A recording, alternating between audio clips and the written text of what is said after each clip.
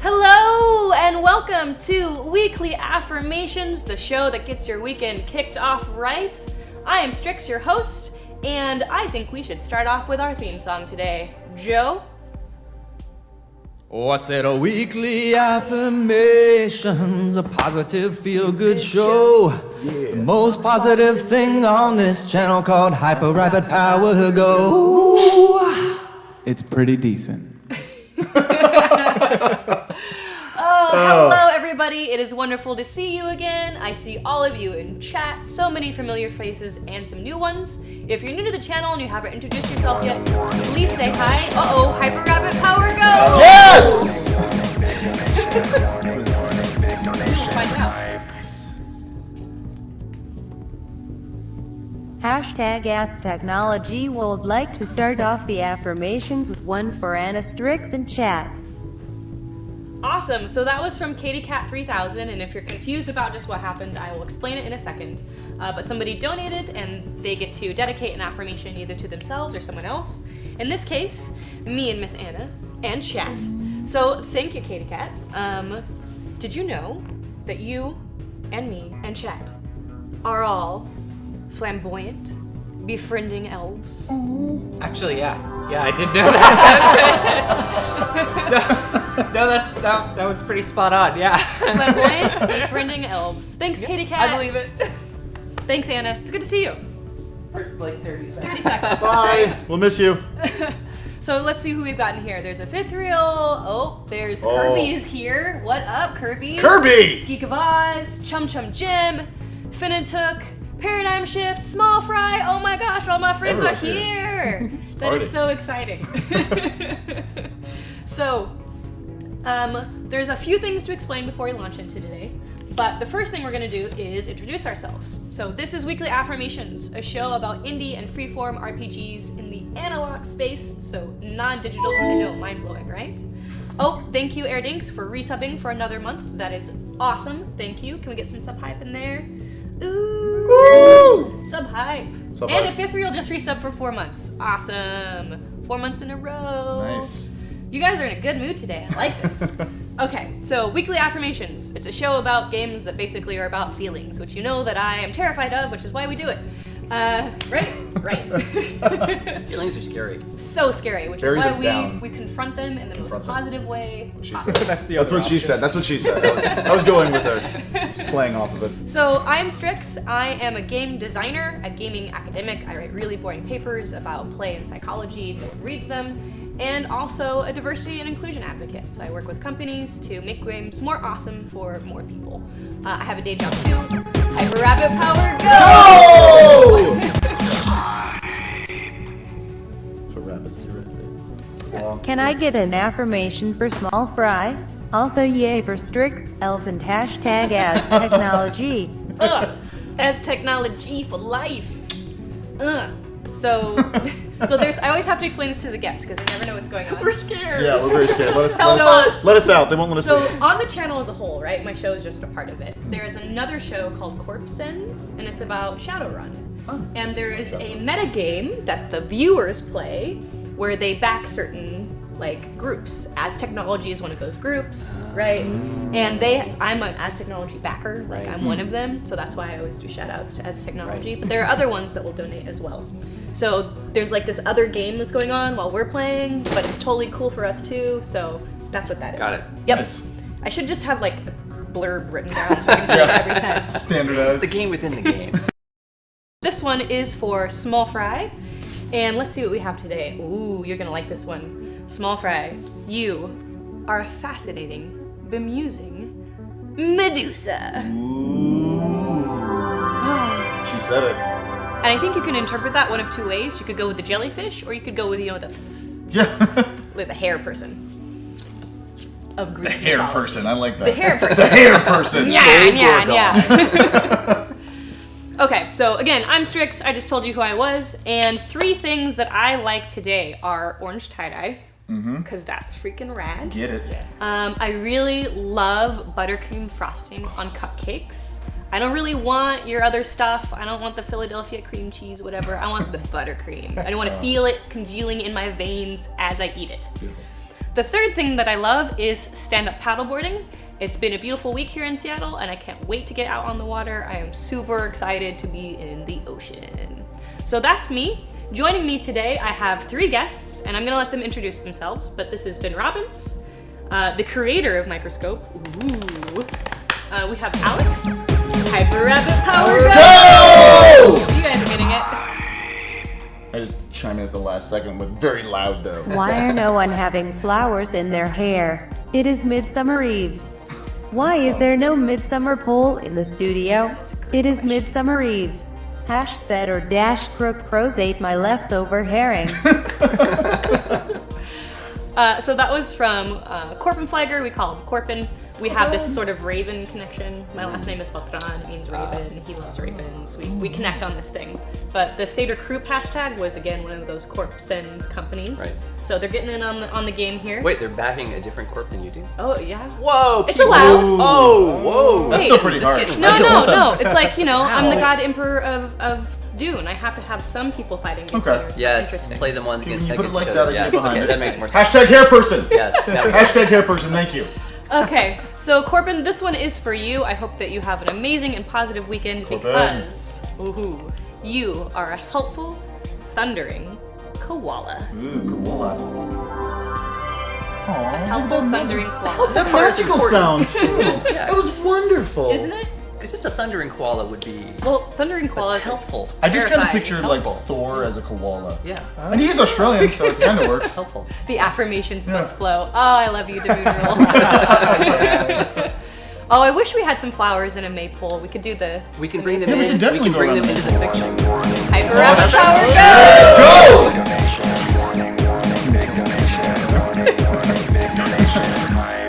Oh my gosh, this is a good one. Yeah. This is a good one.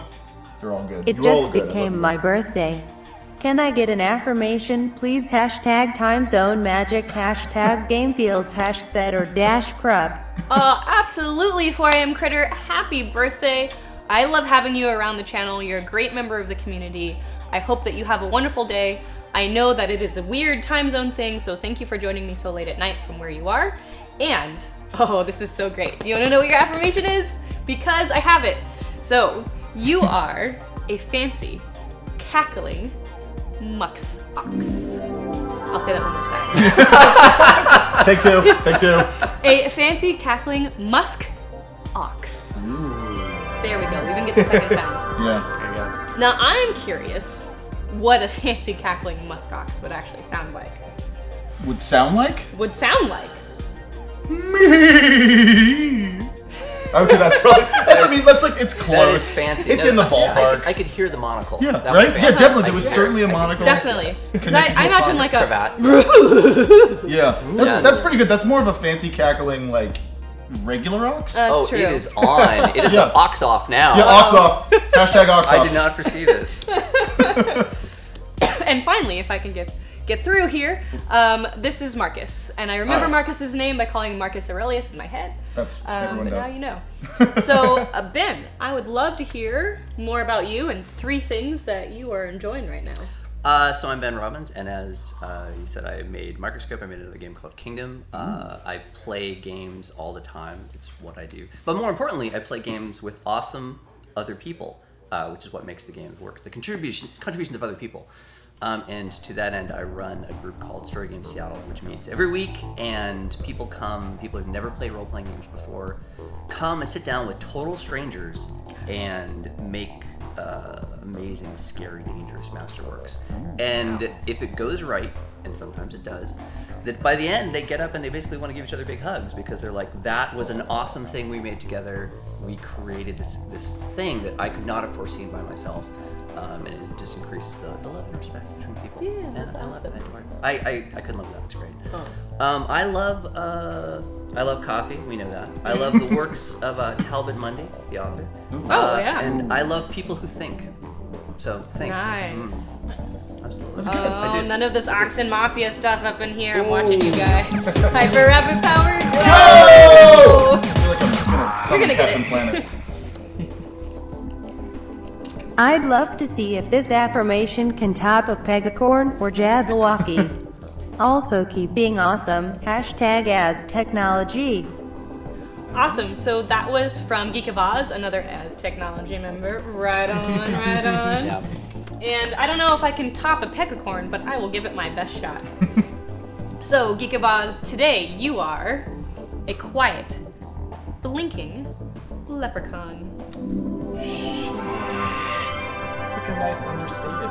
Yeah, it's like super keeps it real, but still like knows when to find the gold and hide the gold. Yeah. It's pretty cool. I actually think that sounds pretty terrifying. Yeah, really, actually, like no Gazing at you. leprechaun in the hood rap song going. Quiet, Oh, boy. blinking leprechaun. Is the blinking quiet, or is he quiet and blinks a lot? He's quiet and he is blinking. Is it like a nervous tick? I need to No, know it's a lot. I like need it's to know like a lot about this. directed blink.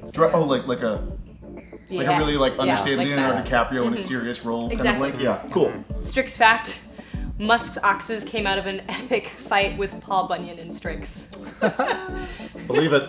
I believe it. Strix fact: Strix created the spice melange so that the golden path could be fulfilled. Wow. I love you guys so much. Oh, such beautiful words. So good. No. Did we get through your 2 things? Yes. Okay. We did a wonderful job of it. It was Excellent. fantastic. Wonderful. Cool. Alex. So I'm Alex. I'm one of the organizers for Story Games Seattle as well. And Hyper Revan Power I feel like I'm gonna kill these mics when I yell at so close. So close. Proud of you. You came very close. The people in the UK who voted for Remain really could do with an God. affirmation. That includes me. #RenRaku. So that was from Red71, and I'm usually not political on this show, but I just want to say, my personal opinion, it was a huge mistake has been made. A mistake has been made, so we'll see how it goes, over the next couple of years, but this could be a big deal. Ooh, Movie Meeple just basically hearted us, so thank you. I can't do a heart with my fingers, but Okay. I would. I've been needing a So- heart, and there it It's is. like this. So I good. can't do it. Red71 and all the other people who wanted to stay, I totally feel your pain, and I wanted to let you know that you are confident, purring chipmunks. That's so good. What would that sound like? A confident purring chipmunk? Yeah, you have to have like the Yeah, confidence. it would be like, I've been sick, some old froggy here. It's okay, I'll forgive It'd you. be like, Oh my god, exuding confidence. That's amazing. Like, that's. Monkey. There is I'm a actually gorilla there. intimidated by you now. oh, well, welcome to the club. I'm intimidated by me, let me just say. I'm kidding. So, yeah, thanks for following Movie Meeple, I appreciate it. So, Red71, I hope that's affirming, and we were gonna move on with our 3 things. Okay, my favorite 3 things. It's like a game you guys are playing with It's us. never- We got to rush. Oh my gosh. I would like an affirmation after a very long week that involved business travel. 80 hours of learning a new thing and getting very little sleep. #Evo, #the affirmations missed flow. Hyper Rabbit Power. Oh wow. Yep, We're so they're backing coming off in. Lugarin. Okay, we got stuff Hey happening. Strix and guests. Yeah, it's Strix Day, my favorite day of the week. #Wuxing. Oh, Excellent. Yay. So that was from Aradinsk. Aradinsk, I'll get to you in just a second. But first, Lugarin, that sounded like a very tough week. So I would love to affirm you. And I think you'll appreciate this one. Because you are a shy, analyzing caterpillar. So peaceful. I feel like I'm taking a bath in a cloud. Like, it's just amazing. That sound. A shy, analyzing caterpillar. So I just imagine like this caterpillar who's like a CPA, and he's like, guys, I think maybe we should do this calculation again. Yeah. So They're like, that no, and we then don't like get audited. the caterpillar like takes out the thing and then shakes out the hair and it's just a confident, sexy caterpillar. That's what you are. You're a confident, sexy caterpillar. you don't even need to turn into a butterfly. Yeah, You can no. stay a Yeah. caterpillar Stay a caterpillar. and still be sexy. Focus. Change. Okay, so the next one is for Aradinsk. So Aradinsk, I have pulled some cards for you, and I hope this sends you off onto a wonderful weekend because you are a lively, cooing fawn.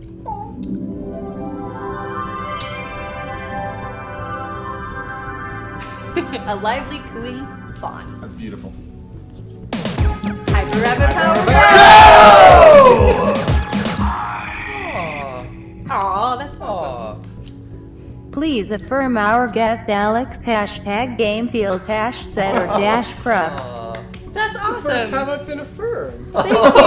Ever? Like in life? No. Yeah. Oh, here. That's really awesome of you, 4am Critter. That is so cool. I would love to affirm you, Alex. So, Alex, you are a fresh, blushing marmot. Oh. We always knew. The marmot was inside my heart. It was trying to get out. A fresh, blushing marmot. Strix Day. We're just gonna rename today Strix Day. Yes. Yeah, sounds good. Excellent. So we were Get Three my things. My three Three favorite things are banana bread. When you just barely catch the bus, you didn't think you were going to catch the bus. And petrichor, the word for the smell of the rain. It's a beautiful word. nice. And you got them all in there. Without Right? making it I repeat. got them? Yeah, we We're did. good? Yeah, you did. Okay. Yes. Quick, Marcus. We can take our time. It's okay. We got some time. Relax. Marcus, if you would. There we go. Hello. Hi, my name is Markus. I go by DrunklyRomantic on YouTube. Check it out. That's actually one of the things I would like for you to do. Check it out. Subscribe. DrunklyRomantic on YouTube.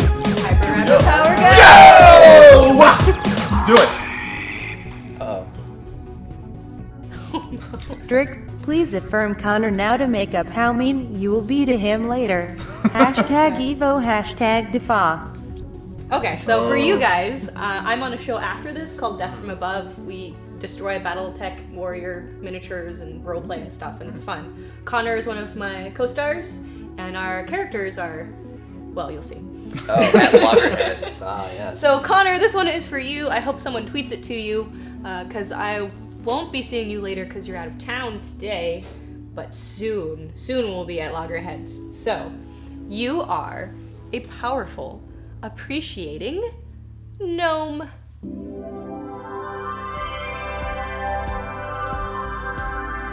A powerful, appreciating gnome. I think that sounds pretty good. I think Connor would like that. He appreciates his own power too, Yeah. as well as his family and friends. But so this is really funny because in the DFA forums, on the BattleTech forums earlier, they were comparing me and him to like Legolas and Gimli. Yeah. So it's like, so now the gnome thing is really taken off, I think. Short stay. Yeah, chat's running with it. Yeah. Oh no. Yeah. Yes. Yeah. Gnomes are easy to crush. Hey, don't be haters. Don't be haters. Be nice. This show is about Gnomes being are people nice. too. Just, small people that don't get a lot of love in old D&D. So Markus, you're a YouTuber? Yes, I am. And that's it. I'm not gonna That's talk. it? No. Yes. One of the other, two more things. One thing, you guys are awesome. You guys are wonderful. I like you all. Also, thing I like is scotch. Ooh. Bring scotch. kind of Someone get scotch. Mostly like single malt. Lagavulin great. Lafroig is pretty good. Oban, yeah. You're gonna get along just fine here. Wonderful. So let's talk a little bit about what we're actually gonna be playing today. Yes! So what we are playing today is Microscope. This is an RPG, so a role-playing game like we have played on here before, but it's a little different like games we've played on here before. I really, tossed these guys some new ones. We've played with fire, we've played with cards and dice. So why don't you tell us a little bit about how Microscope works, Ben? Yeah, so Microscope, it's perhaps a lot different. It's perhaps, one of the warnings given in the book is to basically kind of forget a lot of the things that you might think or expect from a role-playing game and kind of embrace perhaps a different experience that you're going to have. One of the key things about it, before you kind of even get into the idea of the game, is that it's very much a game based on the idea that we, as the players at the table, are going to have vast creative control. And that can be a little startling to some people. We will have the power to create entire worlds and destroy them at will. And incumbent with that is the idea that simultaneously, we, the people at the table, are what is important, and therefore it is very important that we play the game in a way that we all enjoy, and that we try to make something together that we appreciate. So vast power, vast responsibility. Awesome. Yes. Markus, really quickly, what's your Twitter handle? It's DrunklyRomantic. It's just one word. It should be. I don't know if that should be right up there. Was there a problem with it? Oh, romantic. It's romantic. Romantic. Yeah, not romantic. Awesome. And then Lady K wants to know if this is going to be played at PAX this year. Oh yeah. Yeah. Yeah. I play at PAX. Are you running it at PAX? Yeah, I tend to. We have an indie game area where a lot of people come and volunteer, and we'll run games for you with Games on Demand there. Oh, Games on I'm gonna Demand. check that I out. love I'll Games be on there. Demand. And it is. There's so many great people there who bring so many great games, and it's you come and you play the awesome stuff. Yes, and I'm there. I'll be there. Excellent. Yeah, I'll definitely be there. Absolutely. I'm gonna be at PAX 2, I think. I'm on some panels, so I guess that means I'm going. And I've worked with Games on Demand before, actually, as a host at Gen Con. If you go to any event and there are RPGs and someone says Games on Demand, go there. It is the best experience you're gonna have at any con with RPGs. I think we can all agree on that. Yeah, we're not directly there. Games on Demand. There's Games on Demand like the group, and it's like there's places around at cons around the world where people do similar things. Yeah, pick up games of various kinds. Sorry. Yeah, so tell me about Microscope and like how this all came into being. Like, when was it published? Yeah, so it came out in 2011. I started working on it in 2008 and didn't tell anybody. I spent about a year in secret in a castle somewhere in the Highlands. Like an actual castle? No, but in my mind it was a castle. It was a castle. Writing only on papyrus, only using cold steel that had never been forged in any kind of a way touched by technology. No, but I basically spent a long time before this game was played by anybody or explained to anybody. I spent a long time examining the idea and wondering if it was like even something that would work. So to back up a step, the idea of the game is that we as players together are going to make a vast history. We're going to make a big timeline. Could be 1,000 years, could be only 100 years, but it's going to be a lot of time. And within that scope, we were going to begin by knowing both how the story begins and, weirdly, we're going to know how the story ends. We're going to know how everything is going to turn out in the end. We might say, mankind expands to the stars and then scatters and dwindles and falls apart. Or we make a vast empire and it blossoms and flourishes. We will decide that at the very beginning.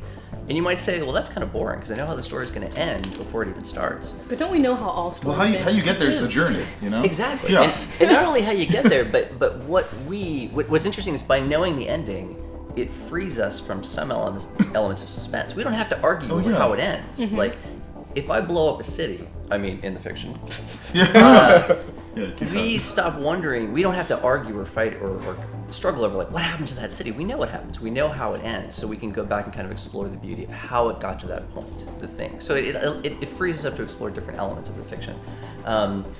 And in Microscope, that's exactly what you do. You make this huge timeline, and then we go back and move to whatever parts of the history we like, and we explore the things specifically that interest us. So it's really about what we think is interesting, This is so exciting. not about like, oh, what should be. Yeah. And we also, there's no dice, there's no randomizers, and yet we human beings are the biggest randomizer possible. By kind of playing our cards close to the vest and not revealing what we think is going to happen, we surprise each other. So as we play, the history will not turn out to be what we expected it to be. So it's very important that we as players kind of leave our preconceptions at the door and play with what happens. We kind of got to go along and build on what actually is down on the table. Don't get like, oh, it's got to turn out this way. This must happen. Go with what is contributed. Yes and. Yes and. Okay. And even weirder in this case because we know the ending, so we know that's true. So we've already ended. We've already ended. But you'll find there'll be many, many times in the game where you'll go, someone will introduce something and you'll go, that ruins the whole thing I wanted to do. Just throw it out. Just go with what's on the table. And you'll find that after a bit of that, suddenly we'll all start to be in the zone and then we will make amazing. So glad I took improv Excellent. classes. Amazing. Yeah. Amazing. So, chat. It is not very often that we have live authors in the studio with their games, but we do today. So I'd love for you to take advantage of this right now. Before we delve into actually playing, if you have any questions for Ben about the game, or if you've played it before and want to share an experience, or really anything that you want to talk to him directly about, do that right now. Start typing. While you do that, he's going to be reading the chat, and I'm going to be explaining a little bit about Hyper Rabbit Power. No! That thing right there. Ooh, I see my name on there. Please affirm our romantically drunken Markus hashtag hair feels hash set or dash prub.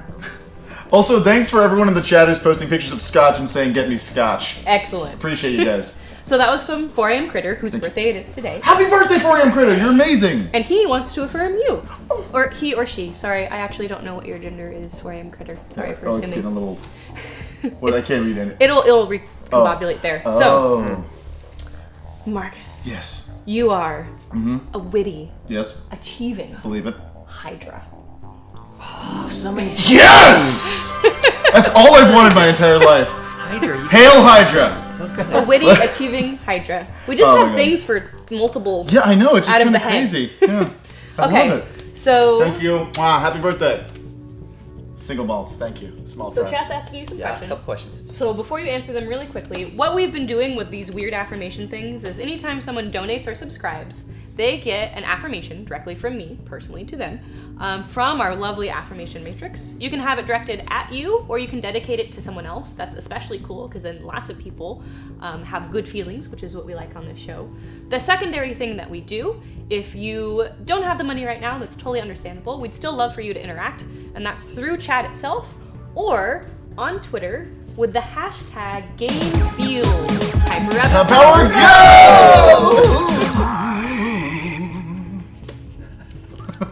Kind of went to Nina Simone there for a Hashtag second. Weekly Affirmations hype. May I please have an affirmation for all my Team Human friends? Yeah. Oh, yeah. So Team Human is like a community of people. They hang out on Twitch and Twitter. They're actually really awesome and supportive of each other. I really like Team Human, so I'm totally down with affirming all of them. And are you guys ready for this? Wow. Team Human, you are tender, flaming selkies. Yeah. These are so great. These are I'm so the best. proud of Like, myself. Yeah. Oh, are these all yours? Yes. Nice, of Yes. course. Of Well, course. I guess you don't know this. I have a master's degree in mythological studies. Nice. Turns out it's actually a thing. Yeah, So that's why there's all of these like weird mythic creatures in this deck. I appreciate 'cause- that. No, that's great. Yeah. Okay, so I was explaining the affirmation matrix. You've seen it in action a couple of times. Basically, if you donate or subscribe, you get an affirmation. If you don't want to spend money, that's totally fine. You can hop on Twitter and use the hashtag GameFeels It's all up. with a Z. We paused in the middle of the show and again at the end to read out those tweets live on air. So you can, here's what you can do with that hashtag. You can affirm people, you can talk about the game itself, you can be silly, you can link fan art, whatever you want to do. Hyper Rapid Power go!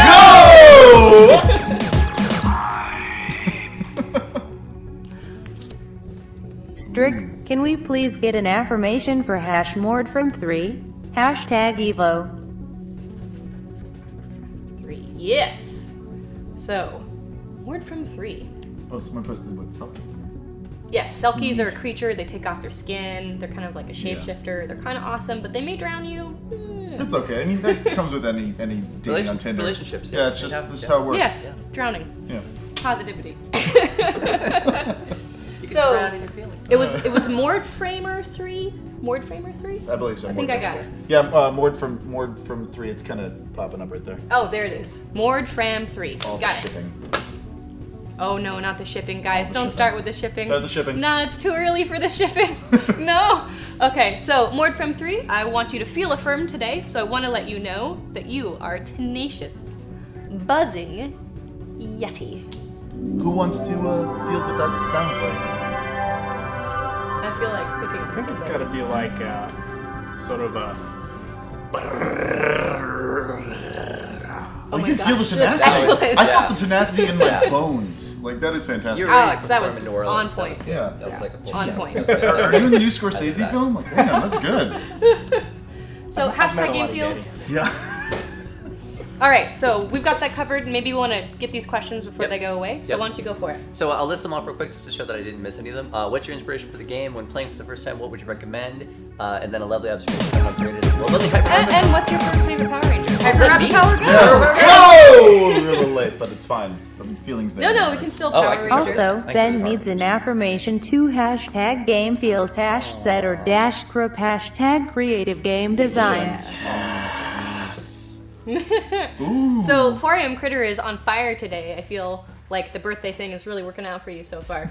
So, Ben, you are a cosmopolitan, applauding gargoyle.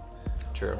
Well, I mean, you gotta do something. up Misunderstood. Often misunderstood there. Yeah, creatures. you're up there. You gotta read some like New Yorker sometimes. Yeah, and It's you're pretty just fancy. Yeah. Sipping on a nice nice glass of vodka. Well done, everyone. Yeah. Well done. Yes. Yes. Good job in the cosmopolitan area. Well done. You tri-state people, no. But cosmopolitan, oh yes. Okay, so who's your favorite Power Ranger? Yeah.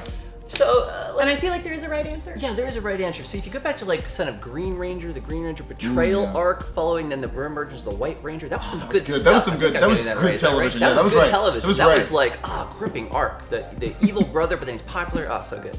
I'm gonna leave it at that. So that's a green-white. Yeah, green/white, green/white Ranger. Yeah. Because arcs are That's good. good. We like story arcs. Yeah. We like development. It's what we like it's what we growth. live. That's how we live. Yeah, That's I why we that. like Breaking Bad. It's just fun. Okay. Okay, another one was, what was your inspiration?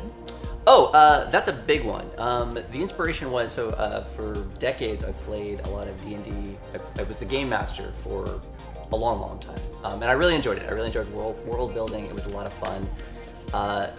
And my players loved it, and they loved seeing the things I had made. And after a while, I felt incredibly guilty. I felt like I was making stuff, and they weren't. They were playing in the world, but they weren't participating in what I thought was the real magic of it. So that was one thing. Was a strong attempt to try to bring in the fun of world creation into the actual tabletop, to actually do it at the table.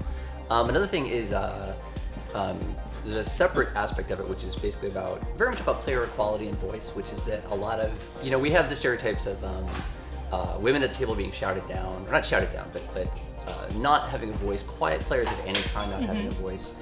As we'll see as we play, the game is ferociously strict about letting people talk, and in fact, making them talk sometimes. Oh, good. In ways that are cruel and unusual, and I apologize, but too bad we're doing it. It's awesome. It's very much about, we want to know what each person thinks. We want to hear their participation. I've had people I game with for years who, when we made them play Microscope, suddenly these ideas they had that I had never seen were coming out, and it was magical and amazing. Yeah. The other element of inspiration would be that time, how we perceive time is very strange. And how we learn things is very strange. I talk about this a bit in the book, that if you learn about something in school, you always learn from a simple summary, and then like the Roman Empire, you were once told there was a thing called the Roman Empire, and you knew nothing about that. Later on, somebody said, oh, and they were here. You kept learning more details. You learn inward, not forward. Yeah. We always do. Anything that's in the news today, which I will not mention, you have a simple idea of it, and then as you get more and more down into it, you will learn more. And that's how we perceive things and learn things all the time. And I was like, well, why couldn't we just do that as a game? Why can't we do that? And I thought it would be quite difficult and hard for people to play, and I was totally wrong. Oh, People that's awesome. do it very easily. Yeah. So. Toadcoder says he actually used Microscope to build worlds for other RPGs. Yes. Do you hear that a lot? Yes, I do. It is, you're exactly right. It is definitely, it's beautiful because it allows the people who are going to play in that world to have participation. And a lot of people think, oh, well, it'll be no fun because they'll know too many secrets. Exact opposite. By understanding the world, they can be a person in that world because they know what that person would know, and they already love the game before you even sat down to play. So super powerful. Oh my gosh, chat, you tricked me into shipping 2 other characters in Corpsons. I can't believe you did that to me. Also, Damoon Rules asks, if you had to thumb wrestle one of the other guests, who would you pick? These are massive thumbs. So I have at times crushed Alex at thumb wrestling. Markus and I just met, and he looks crafty. I would go with Strix, because I feel Strix is honorable and would not cheat and embarrass me on her show. She'd be determined to be like, well, I gotta go easy on him because he's a guest. I hope. I don't know about that. We don't have to thumb wrestle. You just said, who would I? If I had to pick, I don't have to pick. I'm just telling you. What's your favorite Magic the Gathering color? We played a game, I think it was a fiasco game, where the entire premise of the game was people who believed that Magic the Gathering was going to change the world. And I believe at one point one of my lines in the game was, I've never knew your eyes, whereas green is green lands or whatever. So I'll go green. Nice. It was a beautiful his one. eyes That's is awesome. green things. Oh, and just in case you think you would win I just want you to. I said you'd be Can we get a good look at this? Yeah, Look you at need to feel that. That's no That's myth. some power. I can feel it over here. Oh, That's yeah. all It's thumb a muscle, little too. rough. It goes all Right, the way it's back. all the way See, through. I'm thumbs. totally a fake. I have no idea. Lands are colorless. Good, that's how it should be. Lands should be Oh, colorless. you fake geek. You. I totally know. I'm not a It's green as a John Avon forest. Yeah. Something's green. Mana's green. Things are green. Yeah, awesome. Hey, Kitty, I saw that you just got back from taking your parents to the doctor. I hope everything turns out well, and I'm thankful that you tuned in so that we can help pep you up. So thanks for joining us. Love you. Technically, lands don't have a color. And they shouldn't. They shouldn't. That's how we should fix this world. Yeah. Without color, people. Come on, learn. Let's do it. Let's start right here, right now. Yeah, We're gonna take it to change future the now. world. The world is what we make it. Oh, Yeah. Lord, what have I done? Strix Vax. See that? It's good. Oh, read it. true? Yeah. I mean, go ahead. I'm not comfortable. Strix with is that. secretly a desire demon who will devour all of your souls. That's not good. Damon. Damon, Not sorry, demon. Damon. Damon. Damon, sorry. They're two Sorry, different- two different things. I don't have a degree. See, except the devour the souls kind of trumps any good news about the Damon part. Like, Yeah. I'm worried. Well, you don't know what I'm going to do with your soul, though. I could recrystallize it into a oneness to have you connected to the whole totality of the universe, which would be eternal peace. So, I have a feeling you wouldn't do that, though. I have a feeling that, I don't get that vibe from you. I'm good with that. That seems like something a Damon would promise you. Yeah. So you're totally gonna let me win at thumb wrestling then? That sounds like the sucker. Yes, like, I would totally lure let you me win. in. Yeah. Okay, sweet. okay, so how do we play this game? Oh yeah, we're gonna play a game. Yeah. I feel we have so much good raw material from chat coming in. So yeah, chat. No, normally, so there's the way the game is normally played, and then there's this lovely chaos we have here. So we're gonna try to. But so Adapt. part of the game, a very big part of the game, is that we are not supposed to coach each other because we want to see what each of us create. I would never be like, Strix, I got a great idea. It's your turn and all, but how about you do this? We would never do that. That's totally remote. I like that. That's good. However, chat might say stuff that might inspire us to do things. That's quite possible. Awesome. They're like that apparently. They're very. I mean, do you interactive. want to ask chat for their participation? To it? Chat? That's up to you guys. I mean, I would never force someone to play. I would never force. I them would to play. force But chat they to could play. be a mob fifth player in some respect. That could be quite possible. Or even just give Yeah. suggestions about. Sure. Yeah. But recognize that in the end we want to distill and we want to see what great things are in the minds of these people here. Excellent. Seems to be some great minds in the chat. And likewise, I'm going to be teaching the game. I'm the facilitator. Oh, I skipped a question. I just realized. Oh, go for it. And it's going to lead into that. I'm the facilitator, so I'm going to be teaching the game, but I don't have any different authority than anybody else. I'm equal in creative power than everybody else. There will be times when maybe I interrupt or say, oh wait, I want to make sure we're doing this right by the rules, but that's just because I'm making sure we follow the rules to protect each of our creative contributions. Got it. Not because I'm like, your idea sucks. Clowns in Space, which was a great game. Clowns in Space is terrible.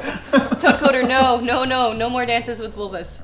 No more. Wait, what? Okay, so Wait, let me explain. So last week we played a game from this anthology called #Feminism. We played it. Well, we showed it at E3, which was a big deal.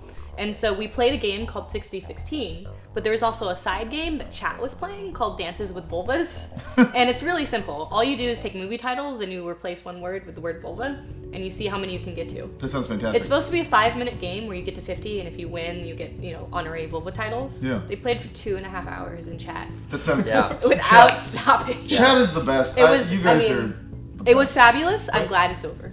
I'm not. Bring it back. Follow me. No. Just tweet me on No rules. Twitter. The rules. Vulva on Twitter. Just go. #DrunklyVulva. Hey, if you want to do it on Twitter, that is totally fine. Totally fine. But let's keep chat today sort of focused on what we're playing today to be respectful to Ben and everyone else. Yeah, be Yeah. respectful to Ben. Please, just this guys, once, Ben, come yeah. on. He really needs Make it. today different, come on.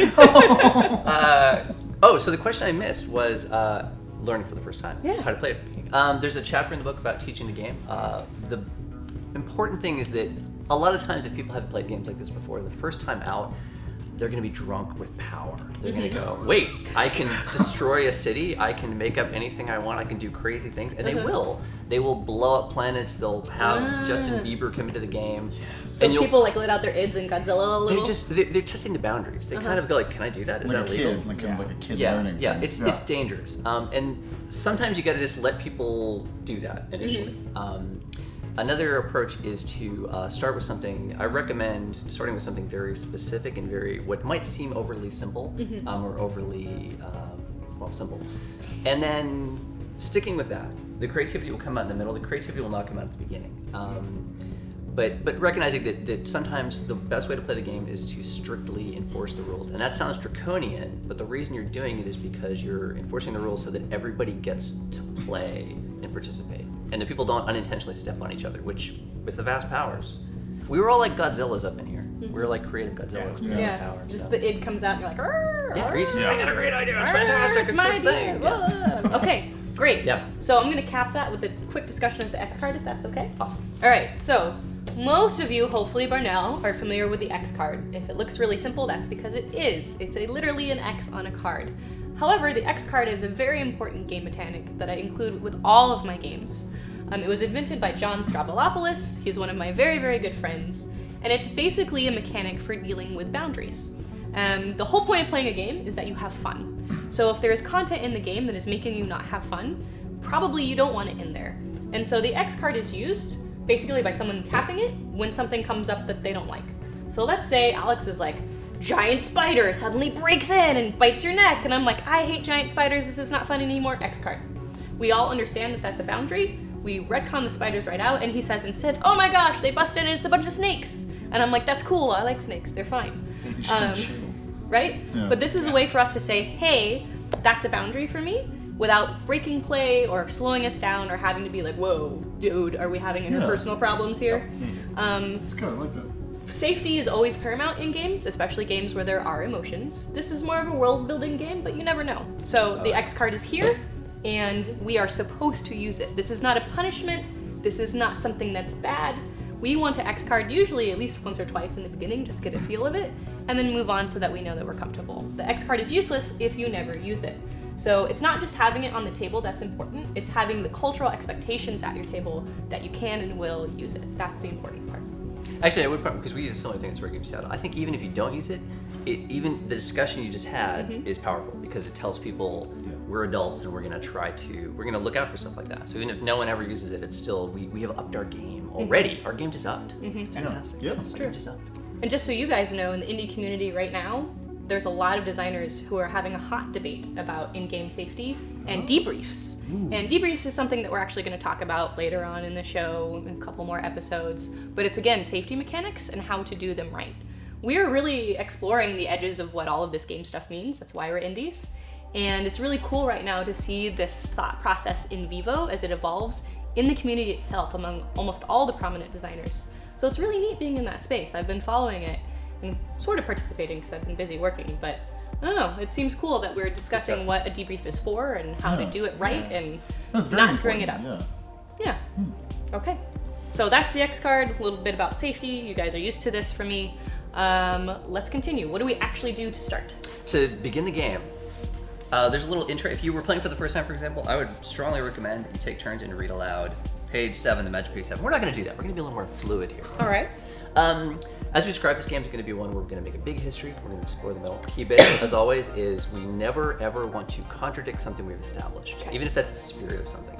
If we've kind of set a tone of the game, we all want to try to respect that and move forward with that. Likewise, we don't want to coach each other. Those are the kind of the key structures. Those two things, if you don't coach each other and you never contradict what's already been said, we're golden. Okay.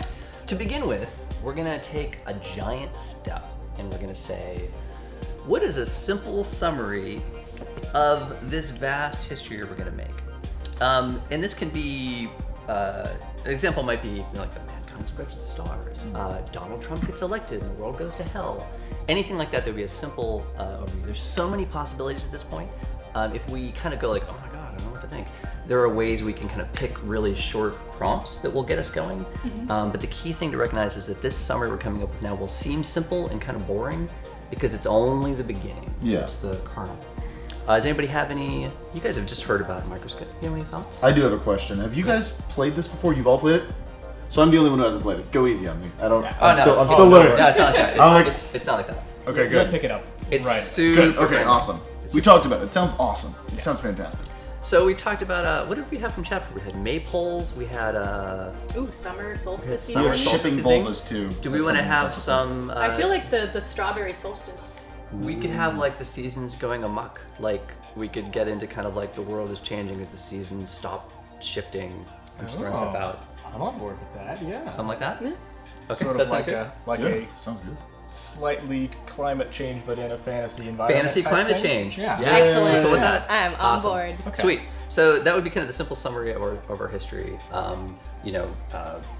For reasons unknown, I think it sounds like at this point, the seasons change and just stop shifting. So it's San Diego all the time? but with elves. Okay. Yeah, with elves. But with elves. San Diego with elves. So that's our first step. And if we said, hey, let's stop playing now, we would have a very simple summary of our history. But we're not. We're going to keep going. Okay. The next thing we're going to do is if we look at this table, this is time. Over here on the far left, we have the beginning. Over here on the far right, we have the end.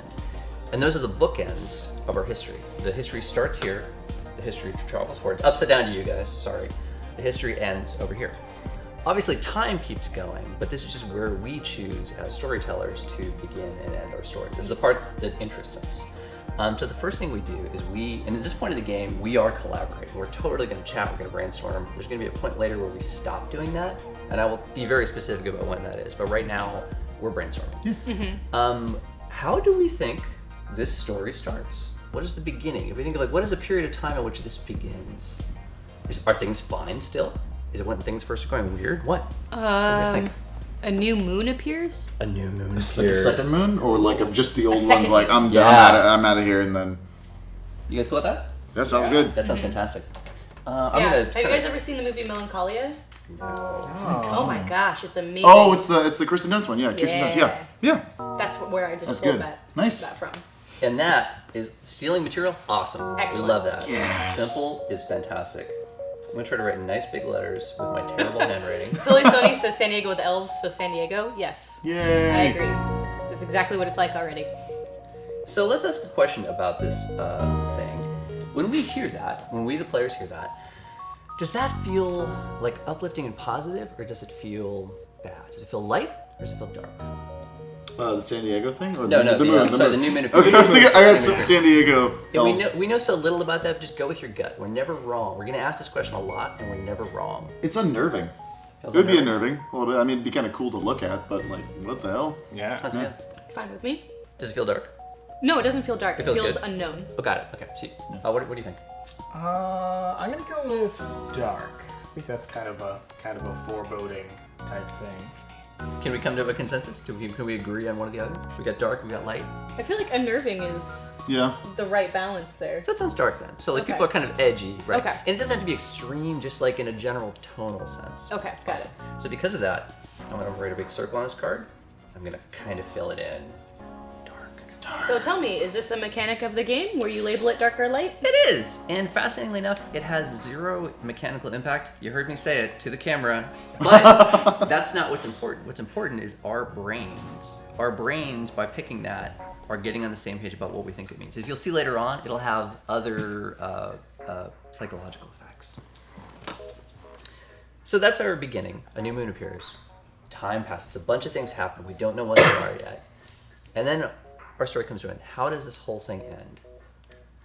In the broad sense. All of my stuff involves Leonardo DiCaprio.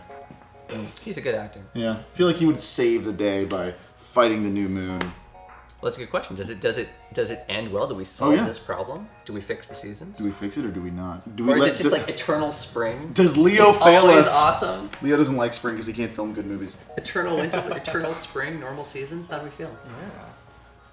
So my vote would be for not fixing things. Not fixing things. Sweet. Would that also? Would the moon also affect the new moon? Also affect the way the ocean works? The way That's later. That's later. Sorry. I'll Later. do- Sorry. I'll We'll get do- to it. I'll do that a lot. I'll say like, hold that thought, because it'll be like we'll have that come up later on. Unless you want that to be part of the ending. In this case, I should stop stopping you. No, I like that. No, I appreciate that because I don't know what's going on. I'm Yes, just happy to be a yes. part of it.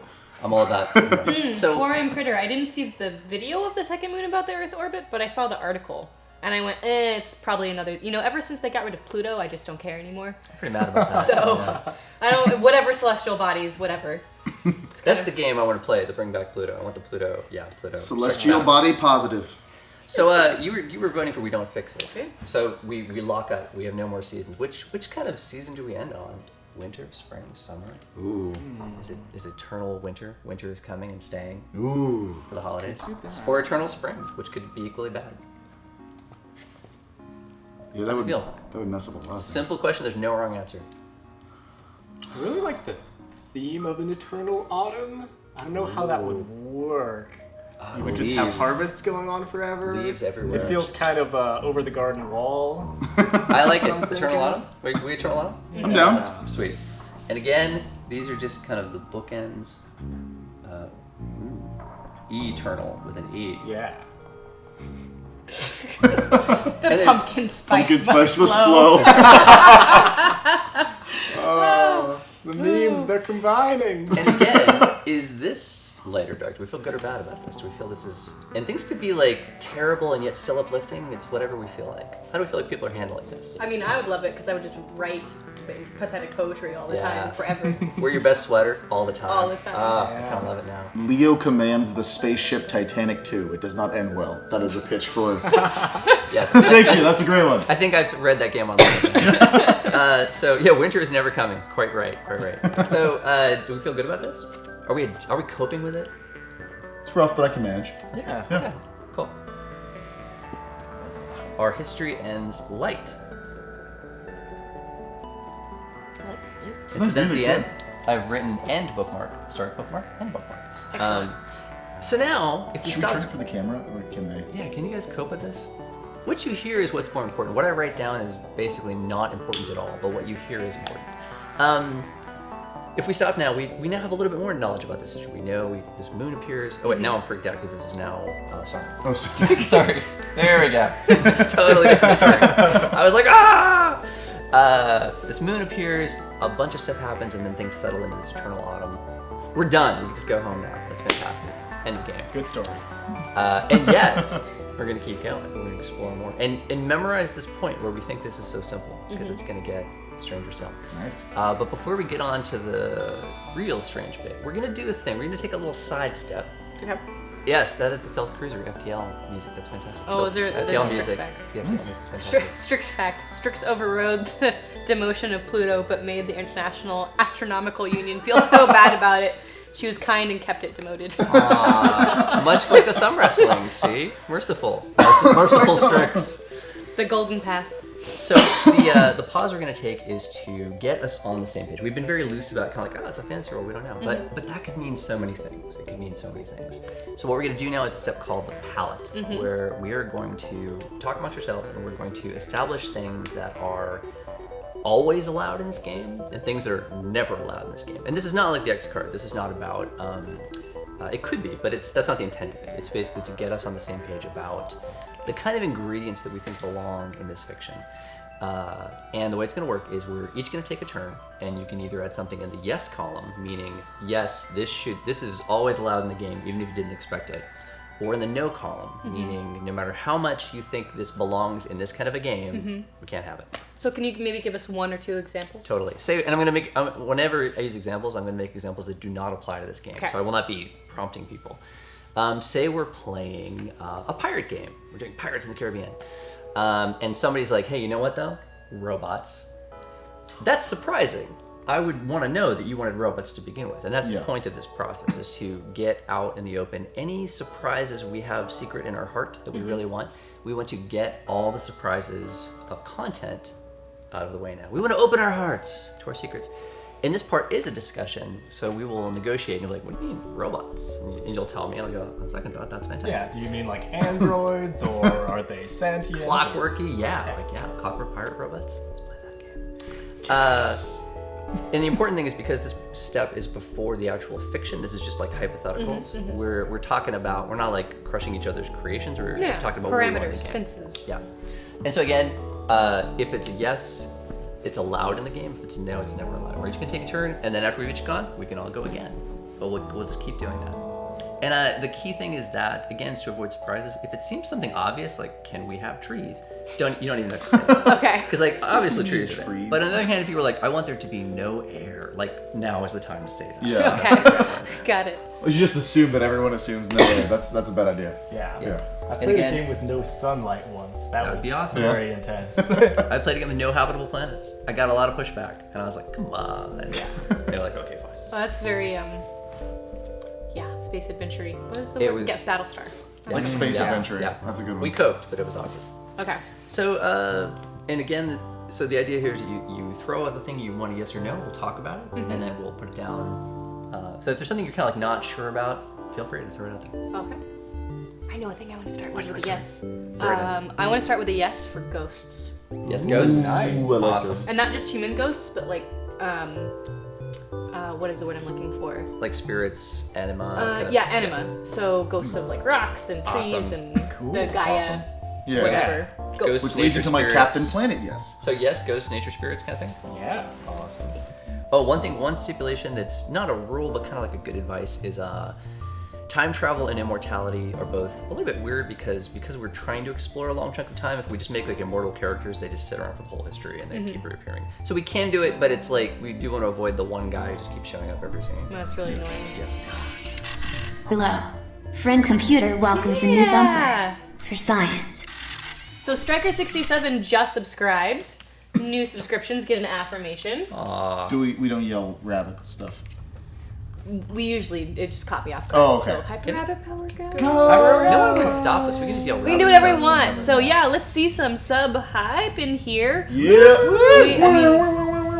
So Striker, thank you so much for joining us. It's wonderful having you be a part of the community. Look at all that love for you, and I've got some for you too, because, are you ready for this?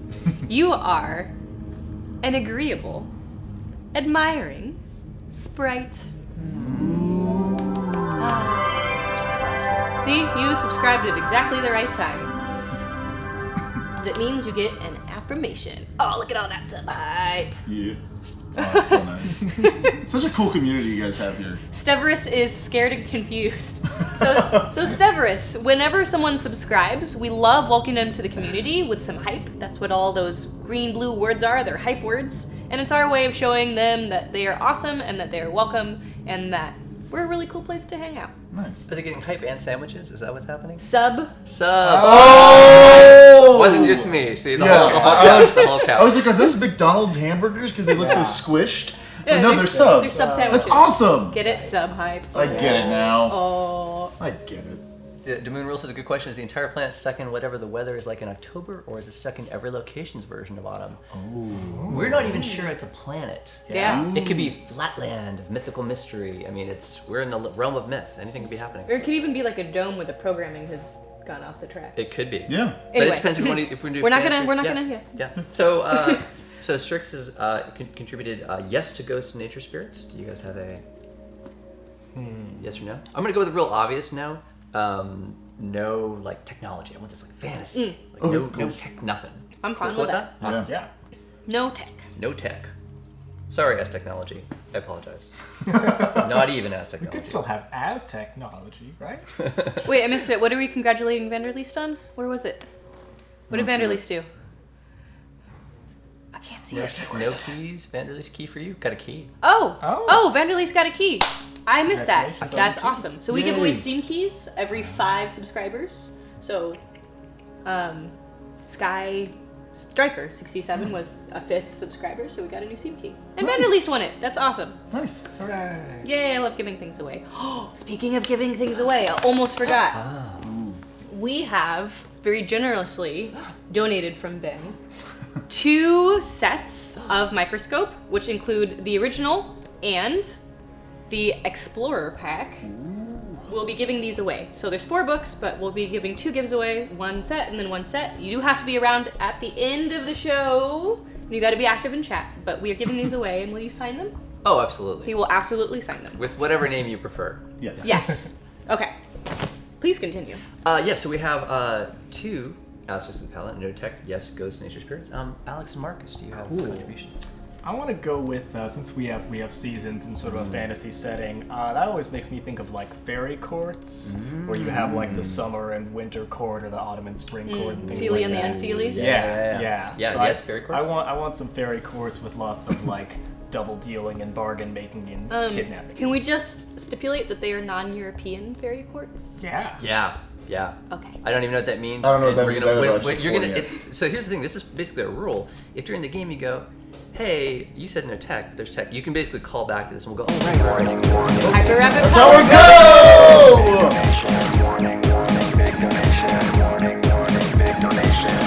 Big donation hype. It's $50. Thank you all for joining us today. Also, take this as a contribution towards the Trebuchet #Evo #Defa.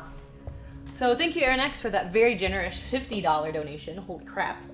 That's great, and I would love to affirm you for it. So, you're gonna like this one, because you are a victorious, engaging kitsune.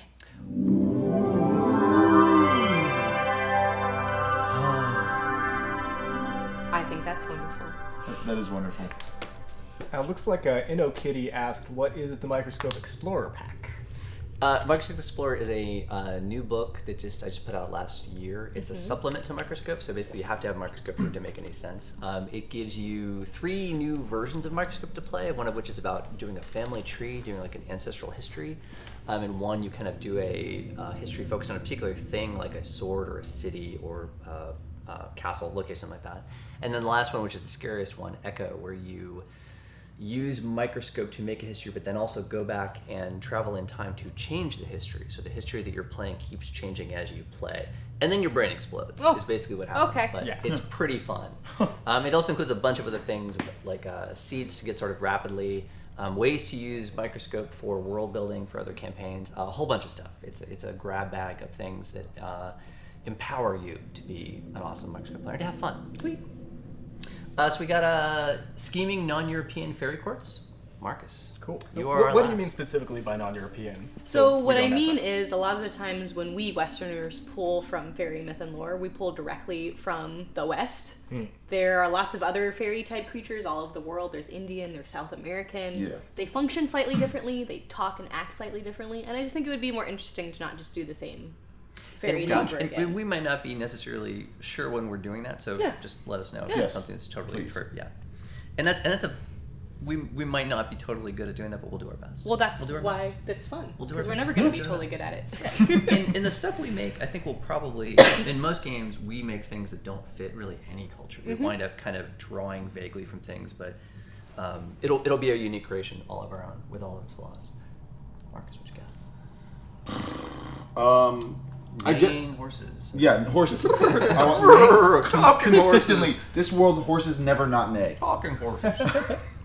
I think a war. I would like there to be some sort of war. Yes, war. Yes, war. Request war. So the key, it doesn't mean there must be war. It means that war is legal. We're allowed to have war. Okay. Yeah. The opposite is to ban war, which we've also done. We said you're not allowed to have conflict at all. So yes, war. Yes, war. We've all gone once, which means we are all free to go again.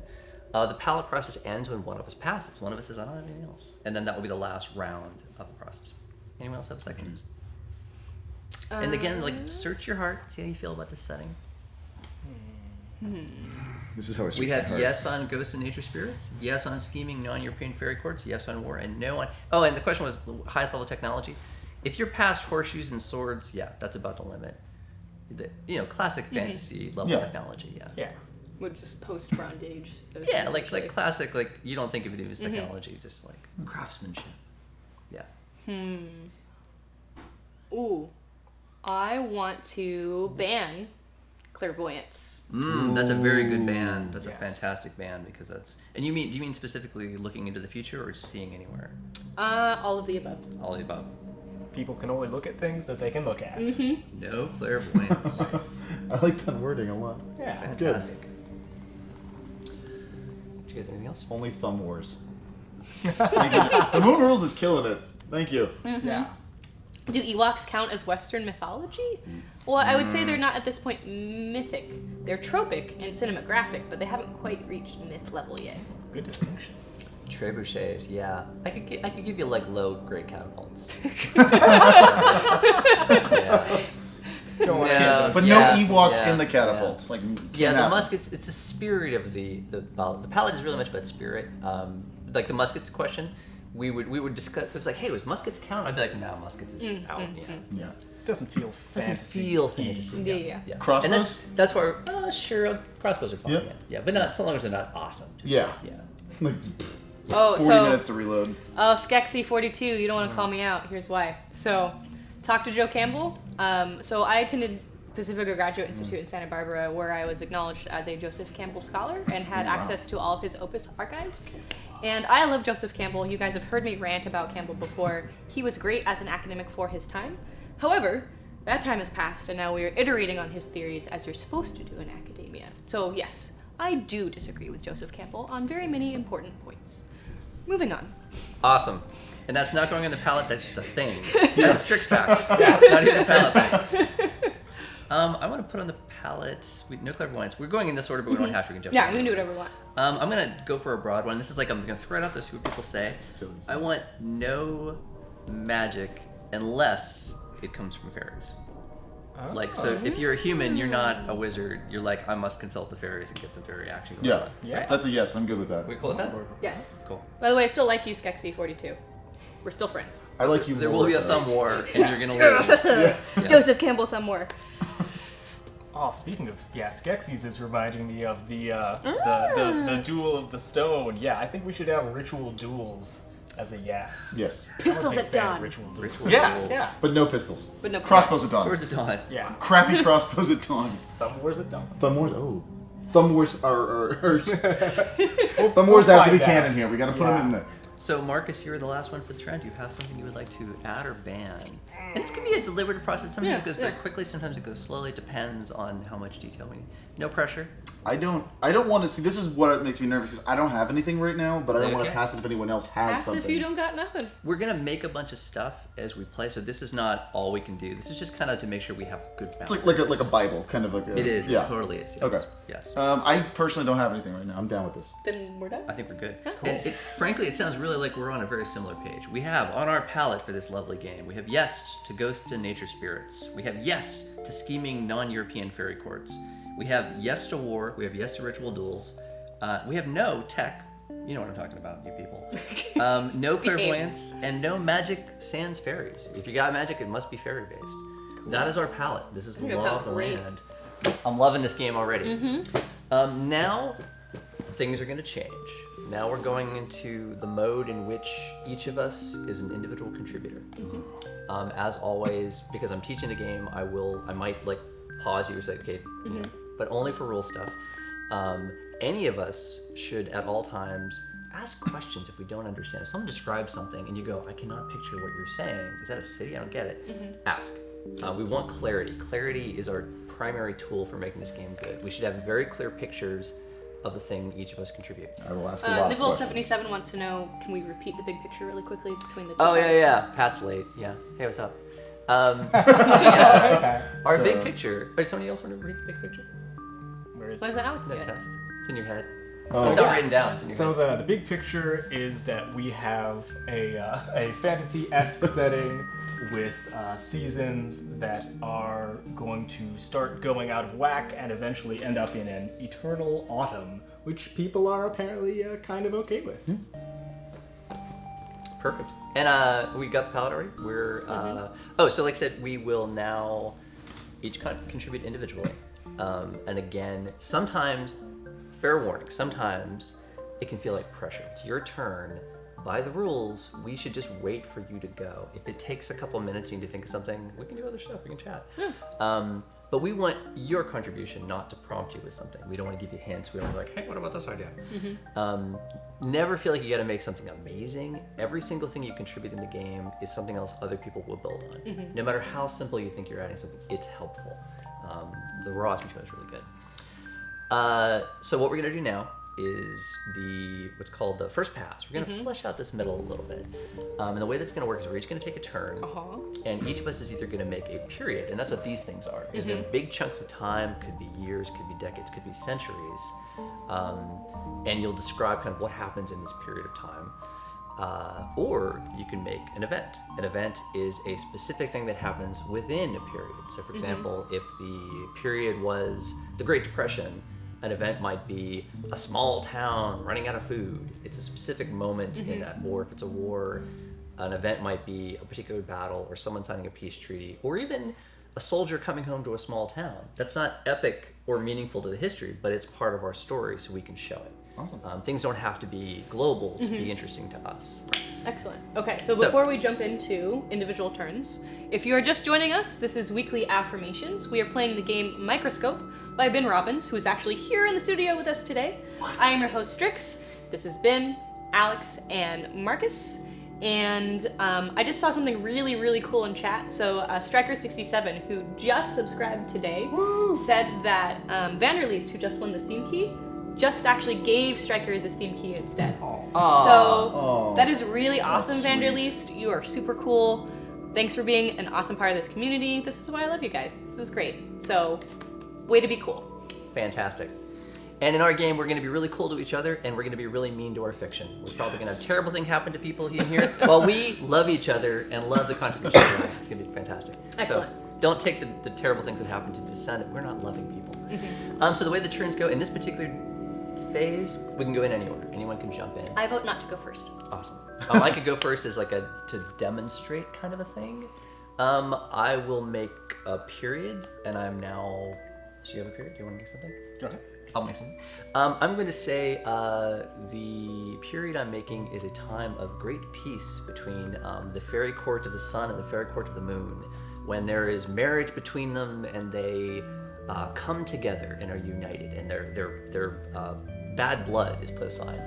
Which moon? One may notice I just made up a bunch of crap. Yeah. Like I don't know what any of that means. I don't know. I don't know. And that's a lot of how the game goes. You will throw down things and say like, there's this city, here it is. You will not actually know what that means or where that's going, and that's important. You let other people build on that. And when you say which moon, I'm gonna say the old moon. The old moon. The first one. Yeah. Good answer. What I said is important. What I write down isn't. I'm going to basically jot down a quick note to kind of encapsulate that. But what matters is what we hear. My note's going to be terrible. Okay.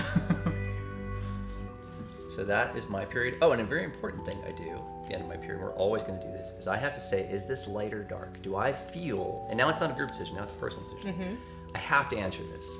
I have to say whether it's light or dark and why it's light or dark. And I'm going to say, hey, that's light, because it is, as I described, a time of coming together. It's a time of peace. It's a time of basically burying a lot of old grudges. And it's a time of great, music and song and celebration, and a time when it really looks like bad times are behind them.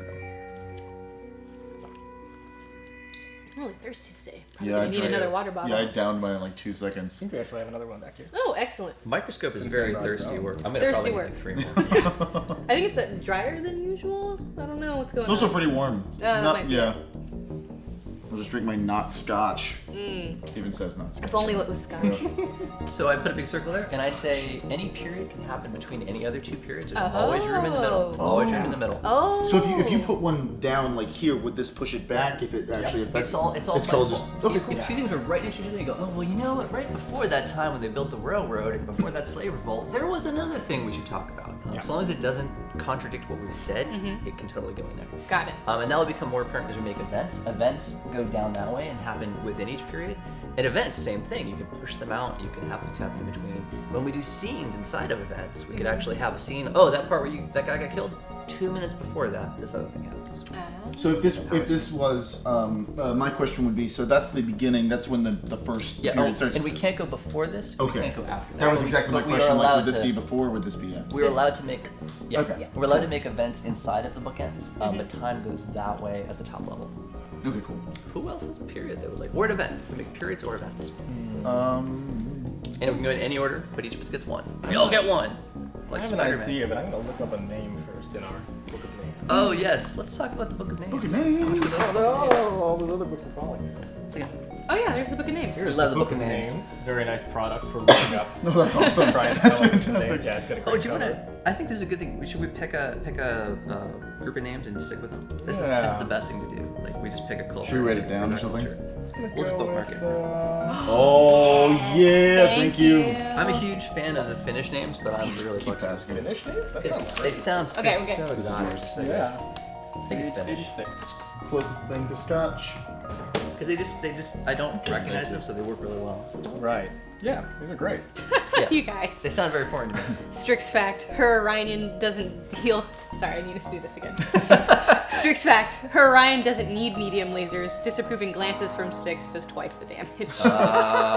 So in the Death from Above show, I drive an Orion for right now, Yeah. and it shoots lasers, and Yeah.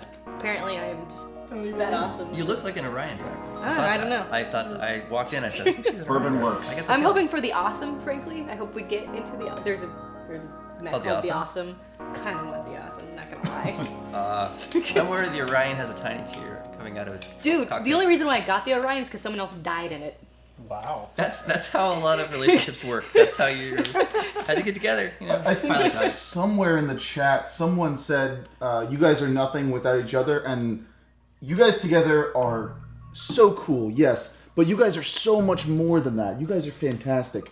Thank you guys for being here. You guys are awesome. I'm sorry, I'm getting emotional by reading that. It was. Yes. You guys are fantastic. Vanderleest said it. Vanderleest is cool. Vanderleest, you're amazing. Fuck, you're good. You're a good person. You're awesome. I love you all. I'm sorry. Fucking feelings. I'm getting emotional here. Don't disappoint us. I just played a bunch of sad video games, and I'm like. Sad video games. Yeah, I was just playing Gone Home, Oh. which is, it's sad and uplifting, but it's still like heavy on my heart right now. So what I was going to suggest is, and this is a common trick we use, names is the one thing where you're allowed to ask for help and hints, because names are hard. Names are hard. And a trick we often use is we'll say, hey, let's just pick one culture, and ideally one we kind of don't recognize, because we don't want it to be like, oh, we're all Finnish. It's just, this is just a bunch of syllables that seem consistent. And we pick it and we say, let's just pick names from this when we need a quick name. Does this list look good to people? Or do you want to take a gander? Does those feel like names that are fun to say?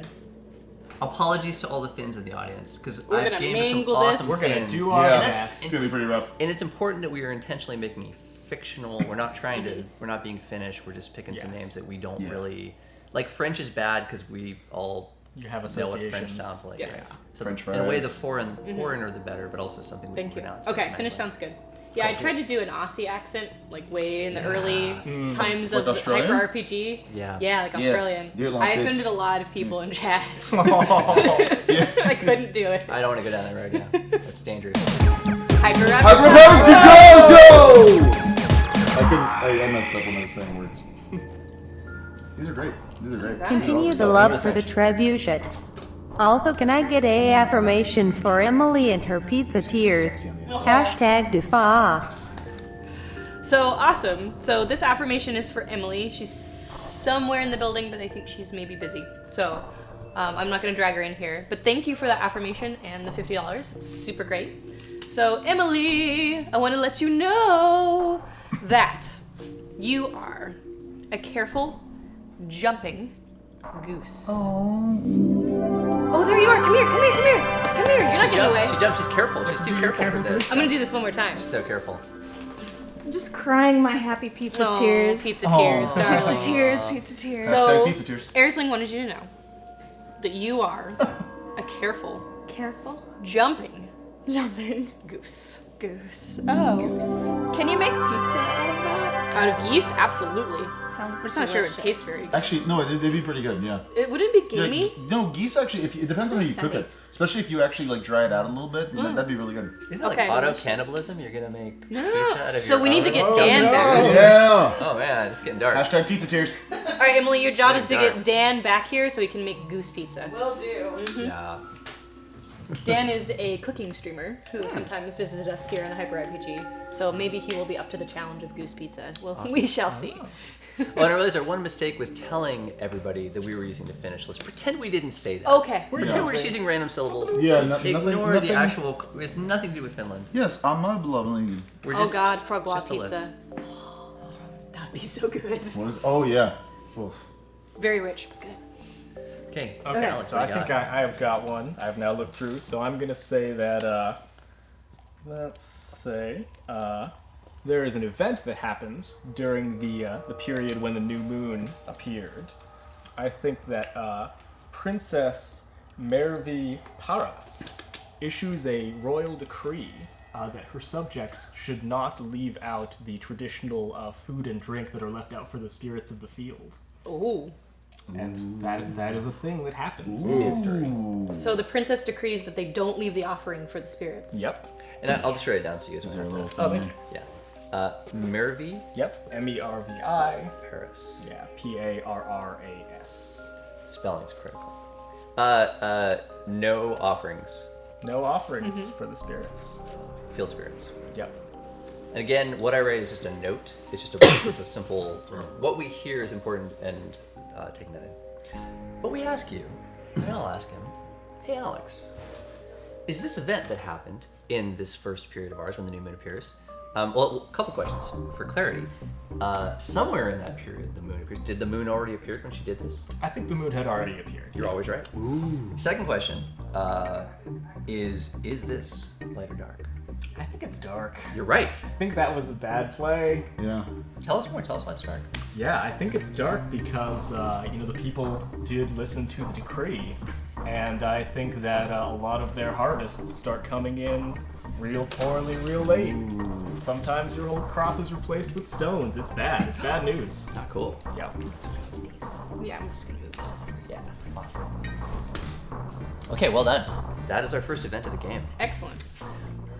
Strix or Markus, either of you have something you think? I will go. I don't know if this, again, like, I'm still very new to Yes. this whole concept, so bear with me. But I was, the first thing I thought of when I was thinking of this whole thing and how we were outlining it was that somewhere in this timeline there should be a new disease, some kind of disease spreading. And so there is. Yeah, I would say early on.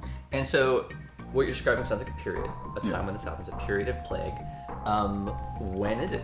You only have two choices. It's either here or here. I think it would come. It would come in my heart. It would come right when the new moon happens. Around here, yeah, at the beginning. Cool, Yeah. cool. So it's a plague. Tell us more about this. Is it? What's it like? I mean, I've been playing a lot of Plague Inc. lately, so this is kind of where my mind went. It's definitely very small scale right now, but it's easily spread through animals. And yeah, that was my first thought. It's like someone eats something, and it's very small, but it has the potential to get way bigger. and this is a whole period, meaning this is kind of like a big chunk of time. Yeah. Maybe 10 years or whatever.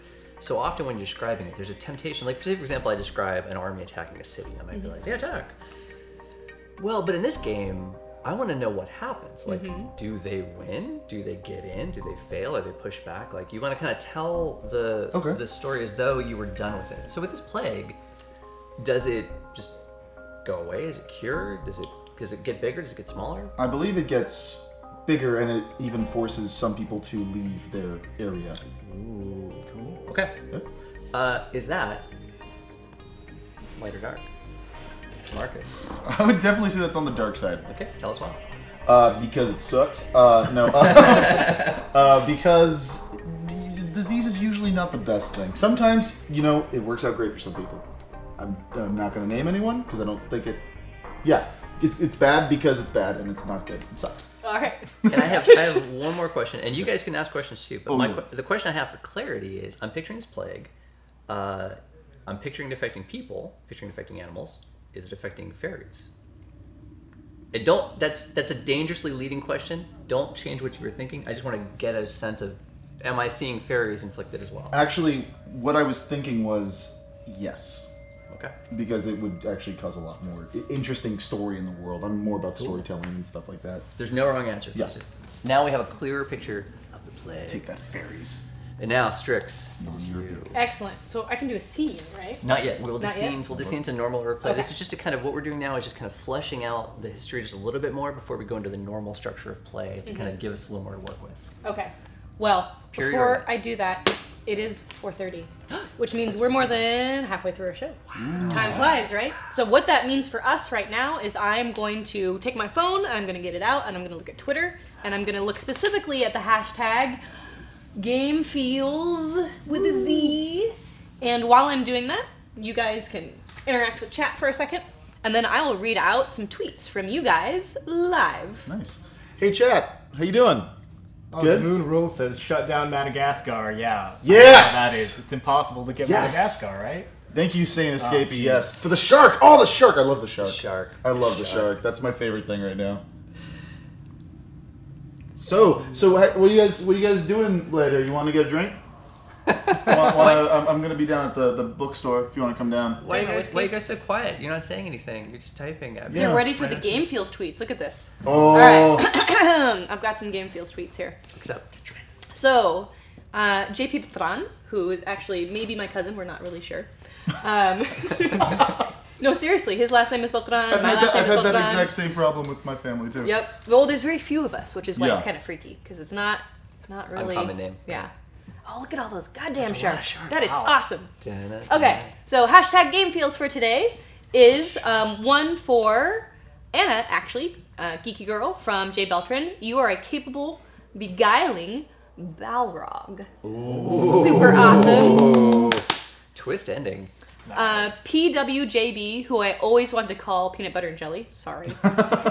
This is to all the Thumpers. You are shining, radiant fire elementals. Oh, Nice. so Thumpers is our name for our community. Hyper RPG because we're rabbits. Right. Rabbits. Right. Thumpers. So the broader community. So that's for all of you guys. Look at all those sharks. a lot of I sharks. love the sharks. Thank you. All the drink. All they want is the dance. And then this one's from Jay Beltran for the Geek Fleet.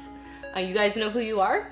You are all gentle, persevering, and keelosaurs. And ankylosaurs. And keelosaurs. And keelosaurs. And You keelosaurs. can look why I pronounce it that way. Oh, yeah. And keelosaurs. It's my favorite dinosaur. Good tasting dinosaur. No Protoceratops? Okay, you're right. Ankylosaurs. It's really good. Dilophosaurus is clearly the best. I'm just Oh, it saying. is on now. Yeah. It is Like, on. thumb wrestling. Thumb wrestling. It's happening. It's down. I happening. just said it was my favorite. Oh. I didn't say anything Love about has that. left Fight, the house. fight. What have I done? All right, a few more of these, and if we don't get through all of them right now, I will readdress this at the end of the show. So don't worry if your tweet does not get read at this exact second. So Jay Beltran also says he's on a roll. To Team Human, you guys know who you are. An affirmation for you all: my quixotic and achieving raconogryphs. Raconogryphs. I think I got that right. Raconogryphs. Yeah. Like a griffin Oh, with a so this raccoon. one is for all of us.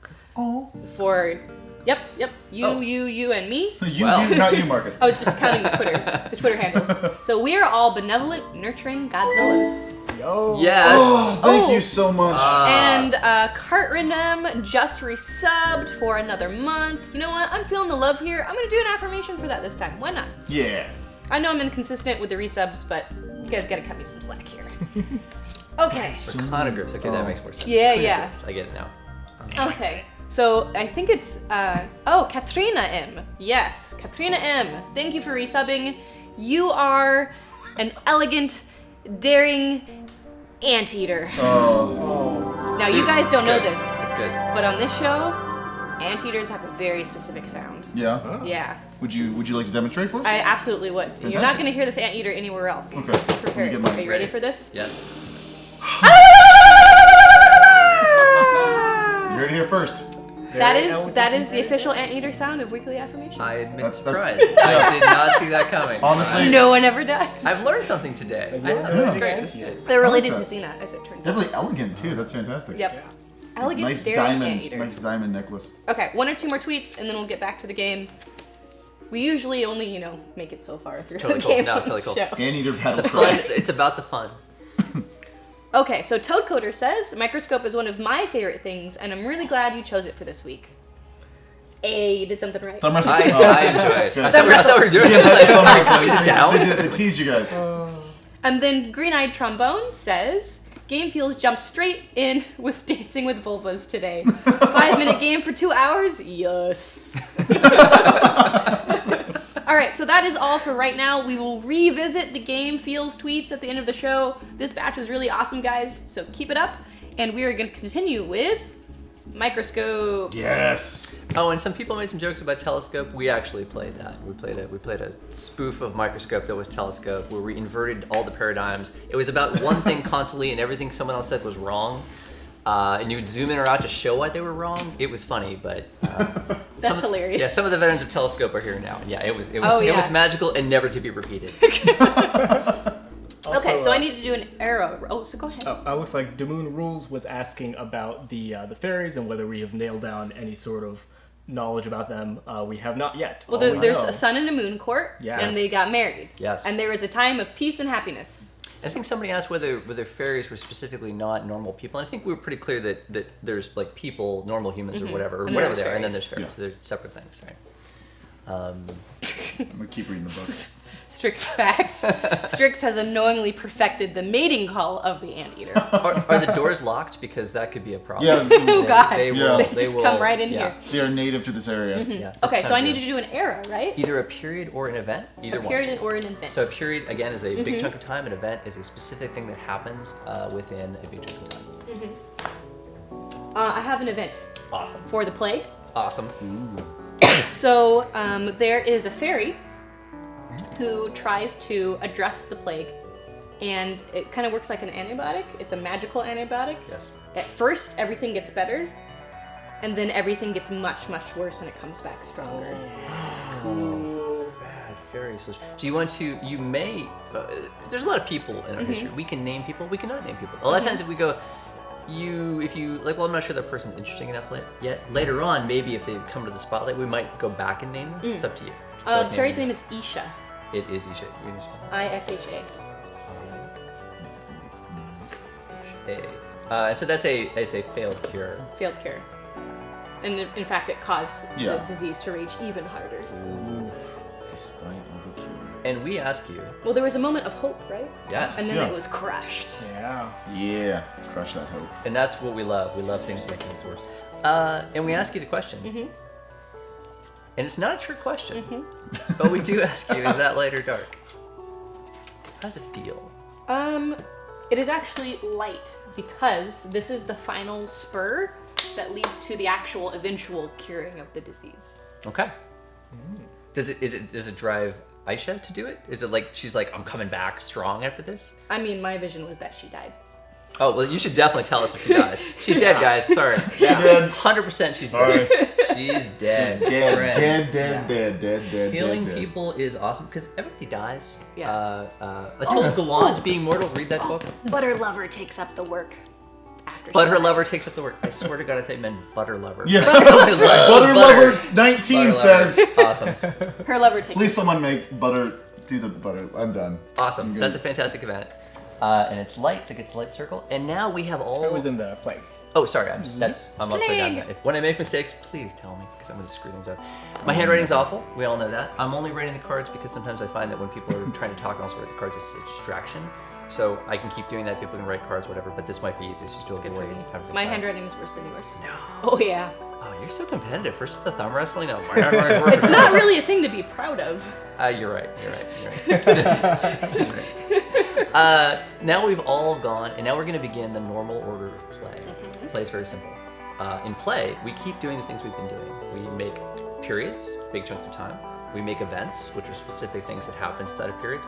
And the last thing we can now do is we can also make scenes, which is a specific moment within an event. If the event is signing of a peace treaty, a scene could be people arguing right beforehand whether they should do it. Scenes always answer questions. If we have a question about the world or about people, we ask it and the scene answers it. For example, did the king know that the assassin was really his son?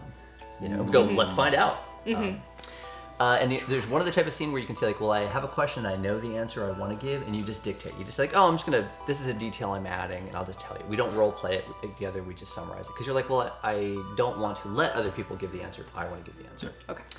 That's it. And the one other thing we do in order to make sure that we all stay playing the same game, because we can jump anywhere we want in history, we can go, we can do so much stuff, is that to keep us all together, to keep us united,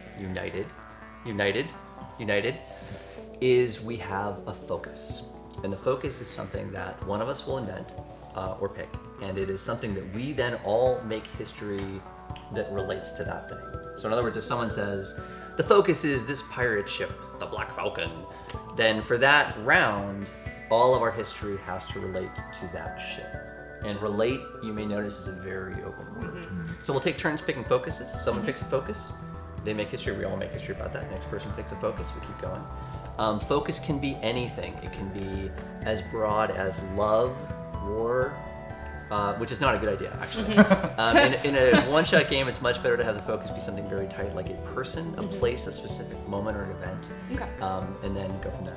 Does anybody choose to be our first player and make our first focus? Not it. Not it. Alex, you up for it? Guess it's Alex. It's probably better to be you. I already did a cool event last time. All right, yeah. If I do, I'm just gonna keep talking all day. It's Okay. I'm talking all the day. Sweet. So I will do our focus.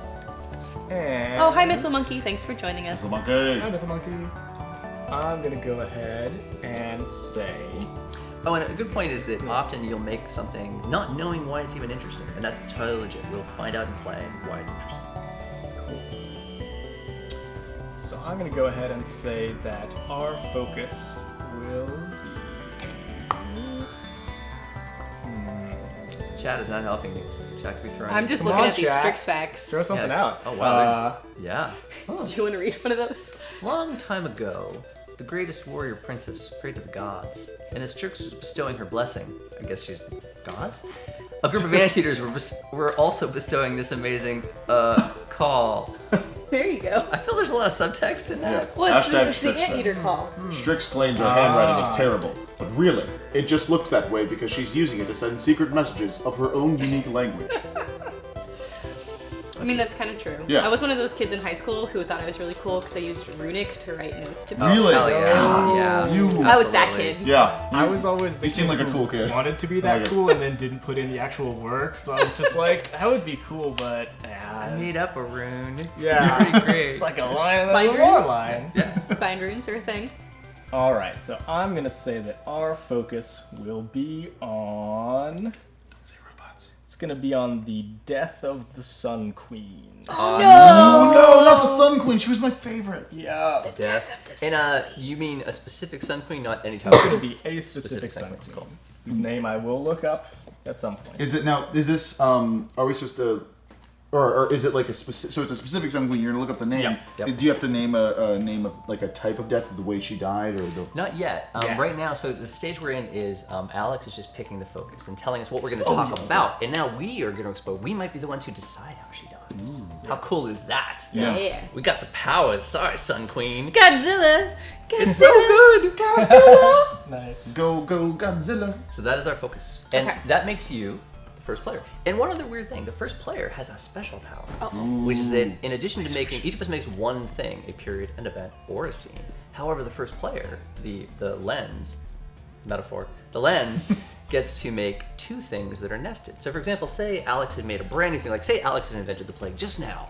He might be like, well, I want to do the plague, but I also want to do something in the plague to get it going. He could do both, a period and an event, or an event and a scene. He is that powerful. It's amazing. Excellent. You're basically the living god. Yes, but so are we all. Yeah. Take that, chat. So, That's the real living gods here. They have all the influence. oh yeah, that's a great one. There goes Tokyo. Strixzilla. That's great. Thank Toad. Toader. That's fantastic. So going back to the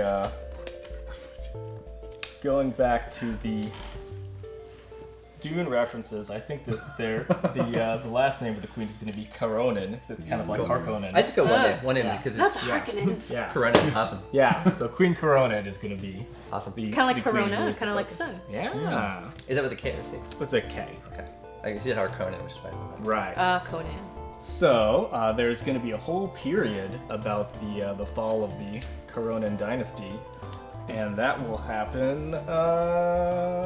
Let's say here. Awesome. So in between the plague and the period of peace and happiness. Describe this fall of the Caronin dynasty. So this is a period where there is a lot of strife in the world, and the people, the humans and the fairies are at loggerheads a lot of the time. There are a lot of important deals that the humans have made that they're going back on, and there's a lot of strife among the fairies about what to do about that. And in the middle of all that, you have this super important political figure who dies. So as you can imagine, it's not gonna end well. This is gonna be a dark period. A dark period. I feel like anytime I touch a game, it becomes the darkest timeline. Oh, we love it. Yes. Yeah.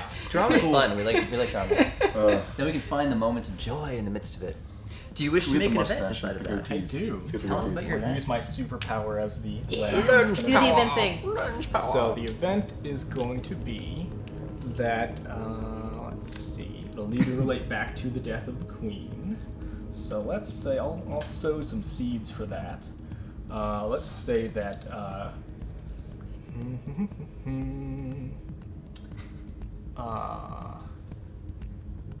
I will point out that Markus is the only person who's not said loggerheads, so just... I have yeah, not said that's what. Wait, true. what happened? We keep using the word loggerheads. Loggerheads. Chat has not even picked up on it yet. Yeah, It's hashtag like- loggerheads. made It's like a a little word bet. virus, Yeah, right? we just- The word yeah, virus yeah. has now infected us. Yeah. Yeah, I'm safe though. I'm immune. Oh, nice. Immune to what? Virus. Which virus? Of words. which virus was it you're immune to? Thanks for watching. I don't one remember. I don't remember specifically? which virus it was. I totally forgot. So, The answer to the question was the queen dies somewhere in this period, I think. Yep. the chat asked. Yeah. yeah, and I But we think don't know the queen is going to, this is an event, Queen Caronin is killed in a ritual duel with her daughter. Oh. Jeez. And so it was. Now questions. We always does questions. Paint a picture. What were they fighting? Yeah, so they are fighting with Let's say they have, they've got obsidian, sort of like curvy obsidian blades that they fight with. Like kukris? Sorry, I'm not supposed to suggest. I was just trying to figure out what. Forward Yeah, curve or backward it's curve? like a raptor claw. Okay, type got thing. it. Yeah. Although now I want those. It's like, oh, they're so No, good. I'm not It's the supposed to best. influence. Okay, so yes, Tough they one. have Sometimes you're like, very question, but- very vicious, curvy raptor clawy blades that are covered in deadly poison. So this is a very cinematic duel where they're like trying to get little tiny scratches on the other one in order to put them down with crazy. horrifying poison. And another question. You guys are going to catch up with the question. Where does this physically happen? Yeah, this is happening. It's at the Celestial Court, I think. So it's right on the floor of the Celestial Court, which is not like a court of law, but like a court of Intrigue. fairness. And you said Real swords have Later, curves. I have not said. This Yes. could be. We could all be super happy about the Queen being dead. it's only up to you. You have the magic power. I think it is going to be. Okay, real swords have curves. That's Yeah, that's fantastic, right? That's fantastic. that's great. The Moon Rose is killing it. That's great. They are That's fighting great. each other, yes. And one of them dies. So yeah, I think that the scene or the event is light. Tell us why. I think it's good. I think that the princess who killed her mom, who we don't have a name for yet, but we may find out later, is she turns out to be really powerful in magic and is able to at least briefly stabilize the kingdom after defeating her moms. Awesome. And it's important. There's a thing. It's often tempting to kind of talk about the future, and we want to avoid it. We want to try to stay in the moment. Like just right now, Yeah. is this? It's good because she's this good person you described. Yeah. Yes. Awesome. We don't want to predict what happens later because that's a different event. Right. Awesome. And so it was. Let's put it in the right place. I think the princess's name should be the Story Games Name Project. Yes, Lulu.com. So now, order of play, we go around this way. So Markus, you're next, then Strix, jeez. then me. And then Alex will actually wrap up the focus and go again to end the focus. Then there'll be a little bit of a thing. And we're focusing on this. We're focusing on the death of the Sun Queen Corona, this particular person who died. Okay. And one other, so you're doing great. One other point I'll point out, if you're ever stumped, one good thing to do is to look at an object. It's like, you're like, oh, I got no idea. I'm totally stumped. Look at things that have been in history recently that are kind of important and say, Oh, thank you for liking us, Mr. Machete. That is awesome. is there more? Okay. No, that's it. Just follow. Think like, do we know how this thing was created? Do we know how it was destroyed or a person born and died? Do we know, have we seen a high point? Have we seen a low point? And you can just be like, oh, we're missing one of those. I'll throw that in there. That's a good like fallback, like I'm out of ideas. What my first thinking was that I don't know if this is the right way to go about it. So feel free just to say, Markus, shut the hell up. Don't say that. That'll be mean. But I think the queen was killed and had to do battle with the princess because the queen refused to, or like let her people die Awesome. Oh, cool. I see a with the previous event. disease. So, and don't forget, here's another thing. The plague is here. Is that, did this happen back here that she let the people die? Is she living long enough? Okay, so yeah. Spanning 2 periods? Yes. Yeah, Yes. awesome. Yeah. So, describe it again. Queen Corona just lets her people die? Queen Corona let her people die, and the princess, who is the whatever people person, not letting people die person, she is like, hey, don't do that. I'm gonna kill you with the raptor claw. And don't forget, these are very potentially very far apart. So here is when the Okay. queen lets her die, and here is when the princess actually takes action. Okay. And that might be very interesting. Why it waited that long? We don't know. Yeah. Hey, is that light or dark? That the queen let the people die. That is dark. Really? Why is that dark? I think it. Oh, I feel. God, because it's also light in a weird way where it's good that eventually the princess comes into power. Don't worry about the future. Only worry about Present, in the present, moment. In the how's it moment. feel? It's dark. Awesome. People dying is usually not a good thing. Yeah. En masse. Being abandoned to their deaths, Yeah. too. Oof. And now this is the first time we've made a second event in a period. So if we look at the periods, the time goes this way, but within a period, time goes that way. So this happens before something this way. The question I have for you is, does this thing where Queen Corona lets fairies die, does it happen before or after Aisha tries this cure? Before or after? And either one you want. I have so many ideas for both. I would say before. Awesome. And so it was. There we go. Fantastic. And we're playing Upside Down. So yeah, thanks guys for making us play Upside Down. Space is like 3-dimensional. It's a potentially get complicated. Strix, you're up. So what can I do? You can make a period, an event, or a scene.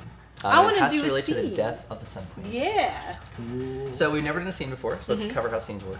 Again, for a scene, you have to have a question. The question can be extremely leading. It can set up all sorts of facts. The key bit is the question. You absolutely want it to be something where you do not know the answer, and you're open-minded about what the answer might be. If you definitely want a specific answer, then just dictate and tell us what it is. The question can ask about people, it can ask about the world, it could ask about, like, if we're on spaceships, it could be like, what powers our engines? It could be like, is the captain a coward? It can be whatever you want, but something that will draw a fact out. It might be something where you even are inventing a whole situation right now and then extracting information from it. But again, it has to relate to the death of the Sun Queen. Right. Once you pick the question, we'll talk about what you're going to do next. So my question would be, hang on, I had it. Oh, and an important part of the question is that it should be so specific that we all know very clearly what Where we're to go. trying to discover. Yeah, and the worst kind of question is kind of like a what happens next question. Great. Like, So how does the princess feel about killing her mother? awesome. Nice. And you can feel that way before the actual act of killing and after the act of killing. Have you killed a lot of people in your life? I can't answer that on live TV. Strix fact. Strix fact. Somebody Google that.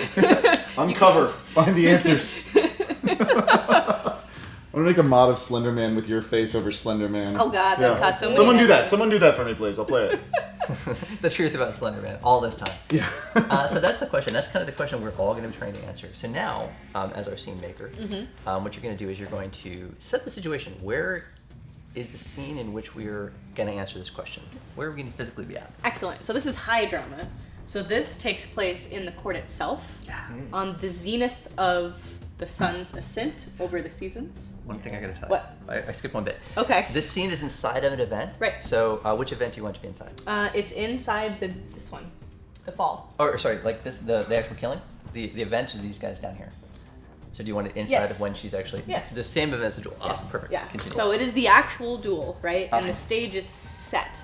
And there are draperies, and they're all golden colored and silky. Yeah. And the queen stands on one side of the hall, and the princess stands on the other side of the hall, and she's gripping her weapon like this very tightly. You can see her knuckles going white, but her face is an absolute mask. You cannot tell what she is thinking. Awesome. And now, so you've set the scene. We know, like, the duel's about to happen. So something great. Awesome. The next thing you do is you decide, you may choose up to 2 characters that must be here, or choose up to 2 characters who are not allowed to be in this scene. So, for example, like the queen, you could say she must be in the scene. You could say she's not allowed to be in the scene. You could even ban the princess if you felt like it, which would be fascinating because the very question is about what the princess thinks. Yes. And that also works for types of characters. So you could say there are no humans, or there must be a human, or something like that. Right. Do you have any preferences? Yes, so actually I do. So both the queen's consort and the queen's champion are not there. Excellent. Oh, And do you want to require anybody? You may require 2 as well. Oh, I can do both? You can do both. Oh gosh. Yeah. Okay. Unlimited power.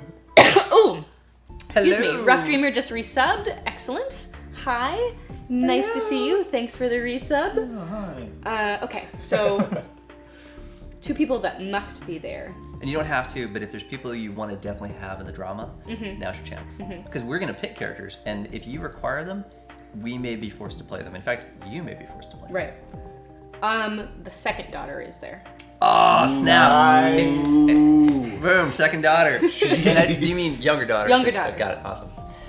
So now that's established, you've banned the queen's champion, you've banned the queen's consort, you've required the princess's younger daughter. And pro tip, sister of princess, also a princess. Yes. We established that earlier. We had a long discussion about this. For all you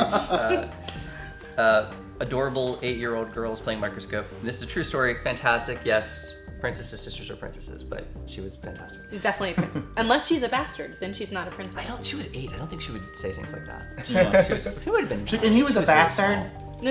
I mean like the That'd princess. actually been adorable as hell. The secondary Oh, daughter I know, is a bastard and not a but princess. if an 8-year-old had told me like, yeah, she's a bastard, it would have been weird. right? Yeah. And if we suggest that to him, well, it's Very also, precocious. Very awkward. So those are the characters that are banned. That's the character that's required. Picking characters goes in reverse order. Cool. Markus goes first. Oh, jeez. Strix goes last, Yep. which means if no one picks this character, I the second person, don't have to be in the Strix. scene. No, Strix. Everybody must be in the scene. You Oh, okay. must pick that character. Okay. And lastly, when you're picking characters, you're trying to pick a character who will help you answer this question. The question being, how does the princess feel about killing her mother? Markus. No pressure.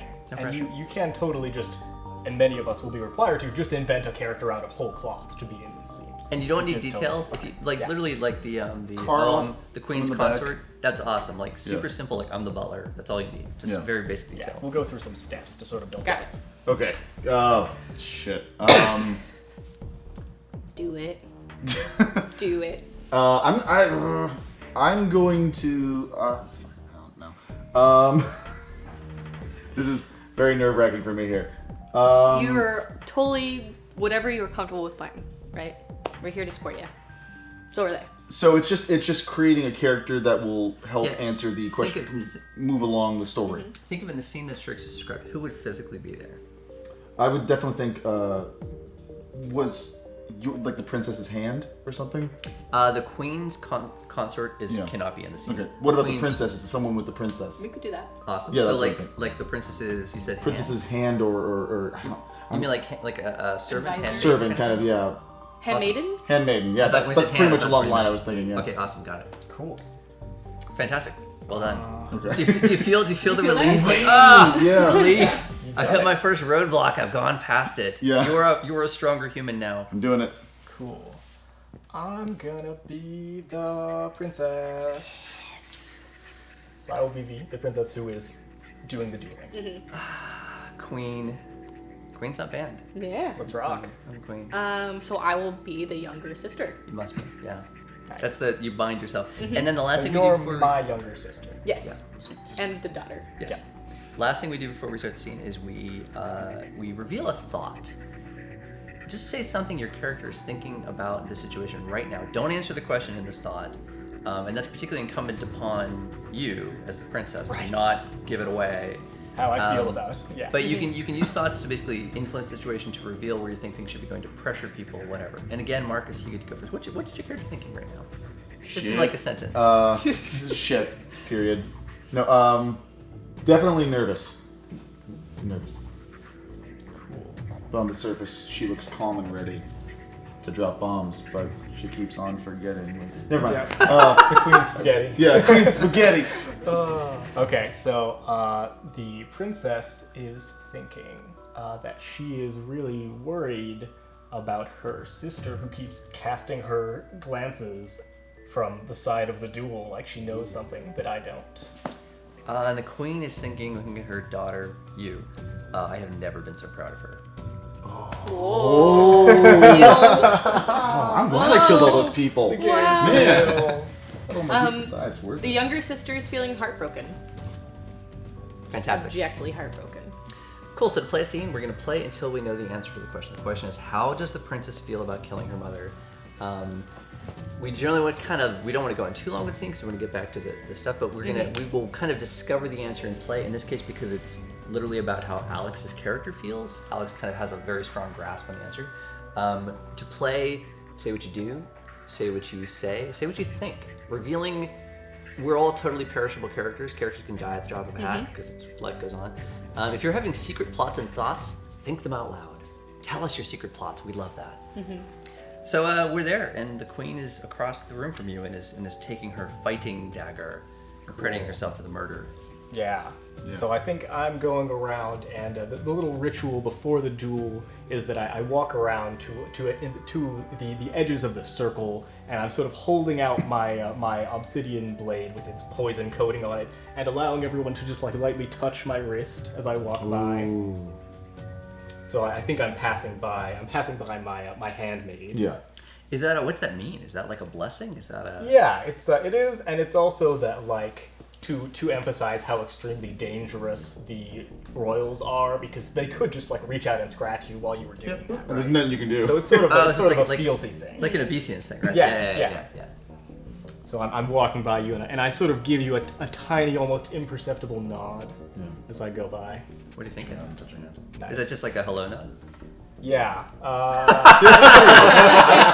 I'm just saying, yeah, but no, it's not. It's not just a hello nod. That is a coded signal for you. So I just give you a little nod, like, all right, plan goes into action now. So what do you do? I've been with you forever, so I know you, and we we know each other very well. And we've talked about things that are maybe not good for the queen to hear. So what I would assume I would go around and grab a shotgun. No, no. If only there was technology. Yeah, just a really bad crossbow. No technology. I would start. Oh Jesus. Just be in the moment. Don't think of big things. Okay. Just be that person. Nod back at you. Move to the back of the room to prepare the plan, which is awesome. Yeah. And in the queen. nature. And the queen has called her other daughter over, her backup daughter. And really, when she calls you over, there's a little bit of like disregard. Backup daughter. Sorry, but it's true. And she's kind of watching you, but she says, like, "Don't get your hopes up. Says, you are not in line for the throne just yet." No, mother. She's watching you like a hawk. She says, "Doesn't she look so elegant today? I do. I look super elegant. Yes, mother. But I must teach her a lesson." By killing her, mother? She looks at you. She kind of scoffed and she says, "No, of course not. She must live. You will not." It says, "You are not fit to serve." And she says that kind of like very, not even cruelly, just dismissively. But it's pretty freaking cruel. Feel sorry. She says, "Go. See to her needs. Make sure she has a cup of wine before the fight." So the younger sister bows. And she takes a cup of wine. And she has very conflicted feelings right now. She really loves her mother and is not ready for her to die. She's young and she needs her mother. And so she actually disagrees with them both and doesn't want the mother to die. And she slips something into the wine before giving it to her older sister. And a couple things, because our audience asked some questions. The facts as established are true. We cannot change them. We know the queen is going to die at the hand of her daughter in this fight. It must happen. So like we can't even undo that. That's like a engraved in stone kind of thing. So good. And our question of our scene is, how does the princess feel about killing her mother? So you slip the thing in the drink, bring it over to the princess? Yep. Yes. I sort of meet your eyes in a guarded way, since I was already suspicious of you, and and so as we're passing it, I like slow down to accept the cup of wine from you, and I sort of lean in to give you like a kiss on the cheek, and I whisper in your ear, "What's in this wine, sister? Anything I should be aware of?" That is like a hardcore rap lyric. What's in this wine, sister? I would make that song. And she replies, "Only something to help you find your heart." Oh. That's pretty cool. Yeah, and I sort of like flinch back at that, and I look really like kind of conflicted because I don't know my own feelings, of course. And I stare you right in the eyes, and I lift the wine up and I toast and I just down the entire glass. And we can see that I have there's a brooch at my neck that starts to like dimly glow because it detects poison. But I'm drinking it anyway. I knew it was poison. I drank it. And again, the question is, how does the princess feel about killing her mother? Yep. The mother's watching this from afar. She's kind of got that like, where do I see glowing? Yeah. No action. Is it glowing? Yeah. Was that poison? So it's magical poison. Yeah. 'Cause this is a Tell fairy us court. more. Totally. So this magical poison has a very specific use. It doesn't kill anyone, doesn't hurt anyone, but it makes their heart open. So that can be good, or it can be real bad. Yeah. Only depending on the person who takes it. Dun-dun. Cool. So, And the queen, as the sun kind of rises up over the crystal windows above, like the sun goes to perfect zenith, the moment you've been waiting for. Yeah. She turns and she calls across the room and she says, "Come, we wait no longer." And she, swing, yeah. schnicked. Yeah. She pulls out her. Yeah. Cool. So yeah, I start walking towards her, and I guess we're sort of like approaching each other, towards the center of the big arena, and I hold aloft my poisony claw, and I say, the sun has passed its zenith, and now it must set. Damn. Feel that burn! And your mother's giving this look of like, oh, that was good. She's like, she's got that. She tries to put on the face like so that the court doesn't know she's been burned, but she's like, oh, that's my daughter. Yeah. Zinged me. So good. Do you have feelings yet? I don't think quite yet. Do we fight? Yeah, And then we I fight. think we do some cool fighting. And you can see that the princess is moving a lot more like erratically. She doesn't have like that perfect poise because you can see her cheeks are flushing. The and queen kind of she's, hesitates, like, it's not like better the, than it's that. not the super elegant dance that these usually are. I'm doing a lot of like really wildly slashing. Queen hesitates, like, Yeah. oh, that's embarrassing. Yeah. Do you have feels yet? Yeah, I think that. We have a real cinematic moment where like ching, we're all locked together, and then I manage to push up, and I'm pushing up to like actually nick you with the claw. And she's actually doing this. She's actually looking at your face, and you look so weird to her now. Yeah. She's actually almost distracted. She's like, she's thinking like, what is wrong with you? And she starts to whisper like, what comes over you? Not because of the fighting, because you seem out of it. Really distraught. Can I describe how the crowd is reacting? Oh God, yes. Yeah. Oh, important thing. You can be as many more people as you need to be. Oh, cool. You can be like 10 people come in and they've all got hats. So the crowd is becoming very restless, and they're starting to shift from foot to foot, and they were expecting a spectacle, and they realize that something else is happening now. Yeah, so this is not the dainty dance of death that was normally going to go down. Yeah. Did you have a plan for our secret plan going off? Yes, actually. Sweet. There is a man walking through the crowd that the hand just spoke to, walking back and forth because their plan in place is that the current queen cannot live. Oh. The people cannot stand for it. You cannot stand for it. I'm making sure everything goes according to plan. Cool. Like an assassin. Yeah. Nice. So I think I look back over at the assassin and I'm like, no, I'll do it myself. And Is that what you're feeling? Yeah, I think that's it. She's feeling like her anger is surging up inside her as she reaches forward to deal the final blow.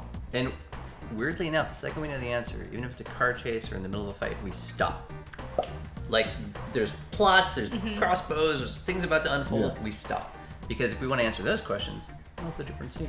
But it sounds like you sound pretty hateful right now. So you're like here with and then suddenly just the rage comes out, and you're like, I'm gonna effing kill her, and then and then that freezes. Yeah. Okay. I'm writing hate in big letters. Hashtag hate. And then now this is a weird case where, because we just all play together, we now as a group decide, do we feel that scene, was that light or dark? Do we feel good or bad about that? I'm conflicted. Yeah. Can we just shadow in half the circle? No, we cannot. Damn it. It's the one thing you can't do. We're forced to feel a certain way about things. And is it this exact... I know it's in Just the the moment scene, of just the time, scene. but is it the scene as it's going to affect the world, or as it is affecting the world, the people in this room right now? Just us watching Us the right scene. now. Us right How do we now. feel about it? How do we authors feel about it? We authors. It's a dark sigh of relief. Yeah. I think it's glorious darkness. Yeah. Darkness? I actually feel I kind of respect everybody in that scene like a little bit more. I guess true, I feel yeah. weirdly light about it. I'm kind of like, I don't know, it's weird. Well, But everyone's I'm good. doing what they're trying to do the best. I mean, I feel it's kind of like it could have been really. I mean, I don't know. Your hate feels very Avenge sensible. Mandy. Alright, you guys want to go dark? Yes. Okay. Yeah. Yes. Awesome. And again, these don't change anything. It's really the mechanism is about us talking about it and getting on the same page about how he feels about it. Nice. Okay. Which That is why our we scene. gotta do it one way or the other. Yeah, Forces it's the conversation. It forces the conversation. Okay. Yeah. And often you'll find that when people like make an event or whatever, and they have to pick light or dark, when they start describing why they feel it's light or dark, they suddenly reveal all sorts of meaning into the thing that you didn't hear before. Like, oh, they invade the city. Well, why is that bad? Oh, well, the bad guys. Oh, Chad is on board with Glorious Darkness. Yeah. Glorious Darkness. Hashtag Glorious Darkness. So this is the scene, and then because the scene is done, we tuck it under the event. And then if there were multiple scenes, we would keep stacking different scenes under the event. Wow. And now we're back to the normal order of play. Strix just went. I need to make something. So it is God. 5:15. Jeez. It is 5:15, which means that we actually have to start wrapping up play now. Awesome. We can stop right there. Yeah, I think That could be stopping right here is fantastic. actually Yes. a good idea. So let's talk about what is going to be happening next. So we're going to talk a little bit about the game. We're going to give away 2 copies of Microscope plus Microscope Explorer. And then we're going to be talking about what's coming up next, Death from Above, our feelings about the game, all of that good stuff. So stick around. We're going to do the giveaway. Don't leave quite yet. But let's talk about the game we just had. My feeling is like, man, we just really got good and now it's over. Yeah.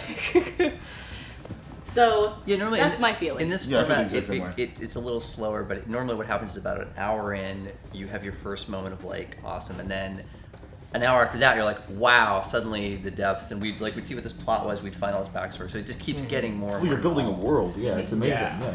You're fleshing out more and more depth of individual people. And you're like, oh, well, now I want to know about this princess and the second daughter. Like, you just invented like 2 seconds Yeah, ago. I'm so I don't have curious closure now. on this right now. I need It's closure, freaking me out. exactly. Jeez. Our normal rule is usually we always end at the end of a focus and someone does a legacy to wrap things up. So we would normally never cut off like that, but sorry, guys. Sorry. Live TV. Buy the game. Play it. Yeah. So Marcus, how is it being put on the spot to suddenly create something whole cloth? Be honest. Well, to be completely honest, like most of my experiences in the realm of like role playing games and stuff like that have been like post apocalyptic kind of shadow runny kind of a things. Oh, so this is very sorry. Rent here 7419 just resubbed. Thank you. Yeah, thank you. Please continue. Well, this was so interesting to me, and I was nervous a little bit at first, but like I just kind of needed to wrap my head around it and see a couple people go, but I feel so much better about it, and I just want to keep playing. Yeah. Like, I could get lost in this game, and I'm not just saying that because give him money. But like, it's really good. It's actually very enjoyable, and I like this book. I'm gonna take That book is it. fantastic. Yeah. And one of the things that's really fascinating and will kind of blow your mind is like we just played for a little bit. You can take the same history, stack the cards, come back, play it again in a week, come back again. We played one history we played for 7 sessions, and we just kept coming back and fleshing out more and more and more detail. You could become kind of like a PhD of this one history. And the thing is, because nothing is ever closed, you could play 25 hours in and be like, oh wait, remember that very first scene we had where the daughter duels the mother? Let's go right back to that, the thing we did 5 weeks ago, to like 2 seconds before, and explore that again. Yeah. You can go right back to it, which can be So mind-blowing. cool. Yeah. Yeah, I would lose my life playing this game. I would just stop eating and just play this. Yeah. When I We created a whole paracosm, right? Yeah. when I first played it, I played at story games like basically nothing but Microscope for like the first 12 times I went. Like, there's a lot of other really cool games we play, but I was just like, what? I just want to play Microscope again, and then again and again. Oh, how is today's game for you, Alex? That was super fun. I was very pleased that it held up really well, even with only having a short amount of cards that we went down. That was a real satisfying last scene. Yeah. I liked it. What about you, Ben? I love seeing people's contributions. I love being surprised. That's weirdly, the entire game is designed so that I'm always surprised and seeing the things that everyone brings in every moment where I'm just like, I didn't see that coming, and I'm so into this now. Yeah. Like, just if you were just stuck, go back and kind of go step by step as each thing was added, each thing builds on each other. You can see this kind of layering of ideas that creates this fascinating thing, and I adore that. Where, if they were not trying to steal your job, if someone wanted this, like, where could they go out and get this? Get the book? Get the? Yes, Ben. Where was it? Sure. You can get it. Lamemage.com is the website. You can buy it direct from there. It's on Amazon. How do you spell Lamage? Oh, LAMEMAGE.com. Lamage? It's on Amazon. I wish it was at more local game stores. It's at Phoenix Cards and Comics, which we love. Phoenix Is it on Broadway? Phoenix is where we store games every week. It's at the Mox. Is it at the Mox? I got it at the Yay, Mox. awesome. I'm happy about that. I don't even know. It's at Raygun. I honestly wish it was at more game stores. If there's a game store you like, ask them for it and ask them to carry it. It's been out for several years now, and yet still it has marginal penetration just because it's weird. It's weird. We like weird games on the show. Yeah. No, this is fantastic. This is something I've said it before, and I've already said it a million times now. But I could play this like nonstop. It's so fun. Yeah. It's a mind-expanding experience. Yeah. Like you're like, oh. But I mean, to be self-critical, there is the experience you had of like, I'm on the spot, I have to make stuff up. That can be painful for people. I'll be totally honest. There will definitely be times where people will be like, I feel pressured, because you are to some degree on the spot. But it's that you kind of need that spotlight to then have the magic moment where you say something, and then 2 rounds later, everyone's like, I love the thing you did. And unless you kind of go through that willingness to bear it out, you never get that reward. Yeah. Excellent. Most excellent. Some people hate this game. Really? Hate Hate it? With a capital H? Wow. With a capital K? Hate. I don't really think I hate any games. It's hard to passionately hate hate games. it. Yeah. Passionately. Passionately. But that's sort of like some Freudian Well, investment. that's definitely it has less to do with your game and more to do with them. That's To be fair, like projection. there's you get the same thing with on like YouTube or Twitch here, and Twitch is a little bit better too. But YouTube, you get people arguing inside of each other, especially if you're trying to build a small community or something. They argue, and like some people are just random anger and hate. Has nothing to do with you. Part of it is that people see, I think a lot of indie games, people see doing things differently as an attack on a different way to do things. Like, I love D&D. I love me some D&D, but I will love Microscope, and that doesn't mean they're not exclusive. Like, It's not like you only have so many XP to put towards your love, right? I can play, I can play chess, I can play baseball. That doesn't mean, oh, you must hate baseball because you like chess. It just doesn't work that way. Yeah, But it's people a see it as weird threats. nerd divisiveness that comes up in the community sometimes. I think we can work on that as a community. Yeah. I think Okay. these people are probably good. Yeah, these guys are great. Yeah. All right, so it is time for the most exciting part of the show where we give shit away. Yeah, shit. Have all the shit. So again, we are giving away 2 separate things. One is a set of Microscope plus Microscope Explorer, and the other is a set of Microscope with a Microscope Explorer. So you folks in the control room, go ahead and start doing your thing. Chat. You have to be active, which means you have to type something in order to be eligible. Everyone's So gonna type something. yeah, show us some hype, show us some sharks, whatever you want to do. Just make sure you're active so that you can participate in the drawing. We're gonna give you like 30 seconds to a minute just to make sure that you are active, and then we're going to pull those names, hopefully, if they're doing their job back there quite right. So while they're doing that, yeah, look at all those active people. Like Star Trek versus Star Wars. Someone trying to start a whole battle in the So comments. while we're doing that, why don't we do some compliments? Yeah. So we like to Yeah. end every show with complimenting at least like once someone else who did something that we like or is cool, because we're all about affirmations and positivity.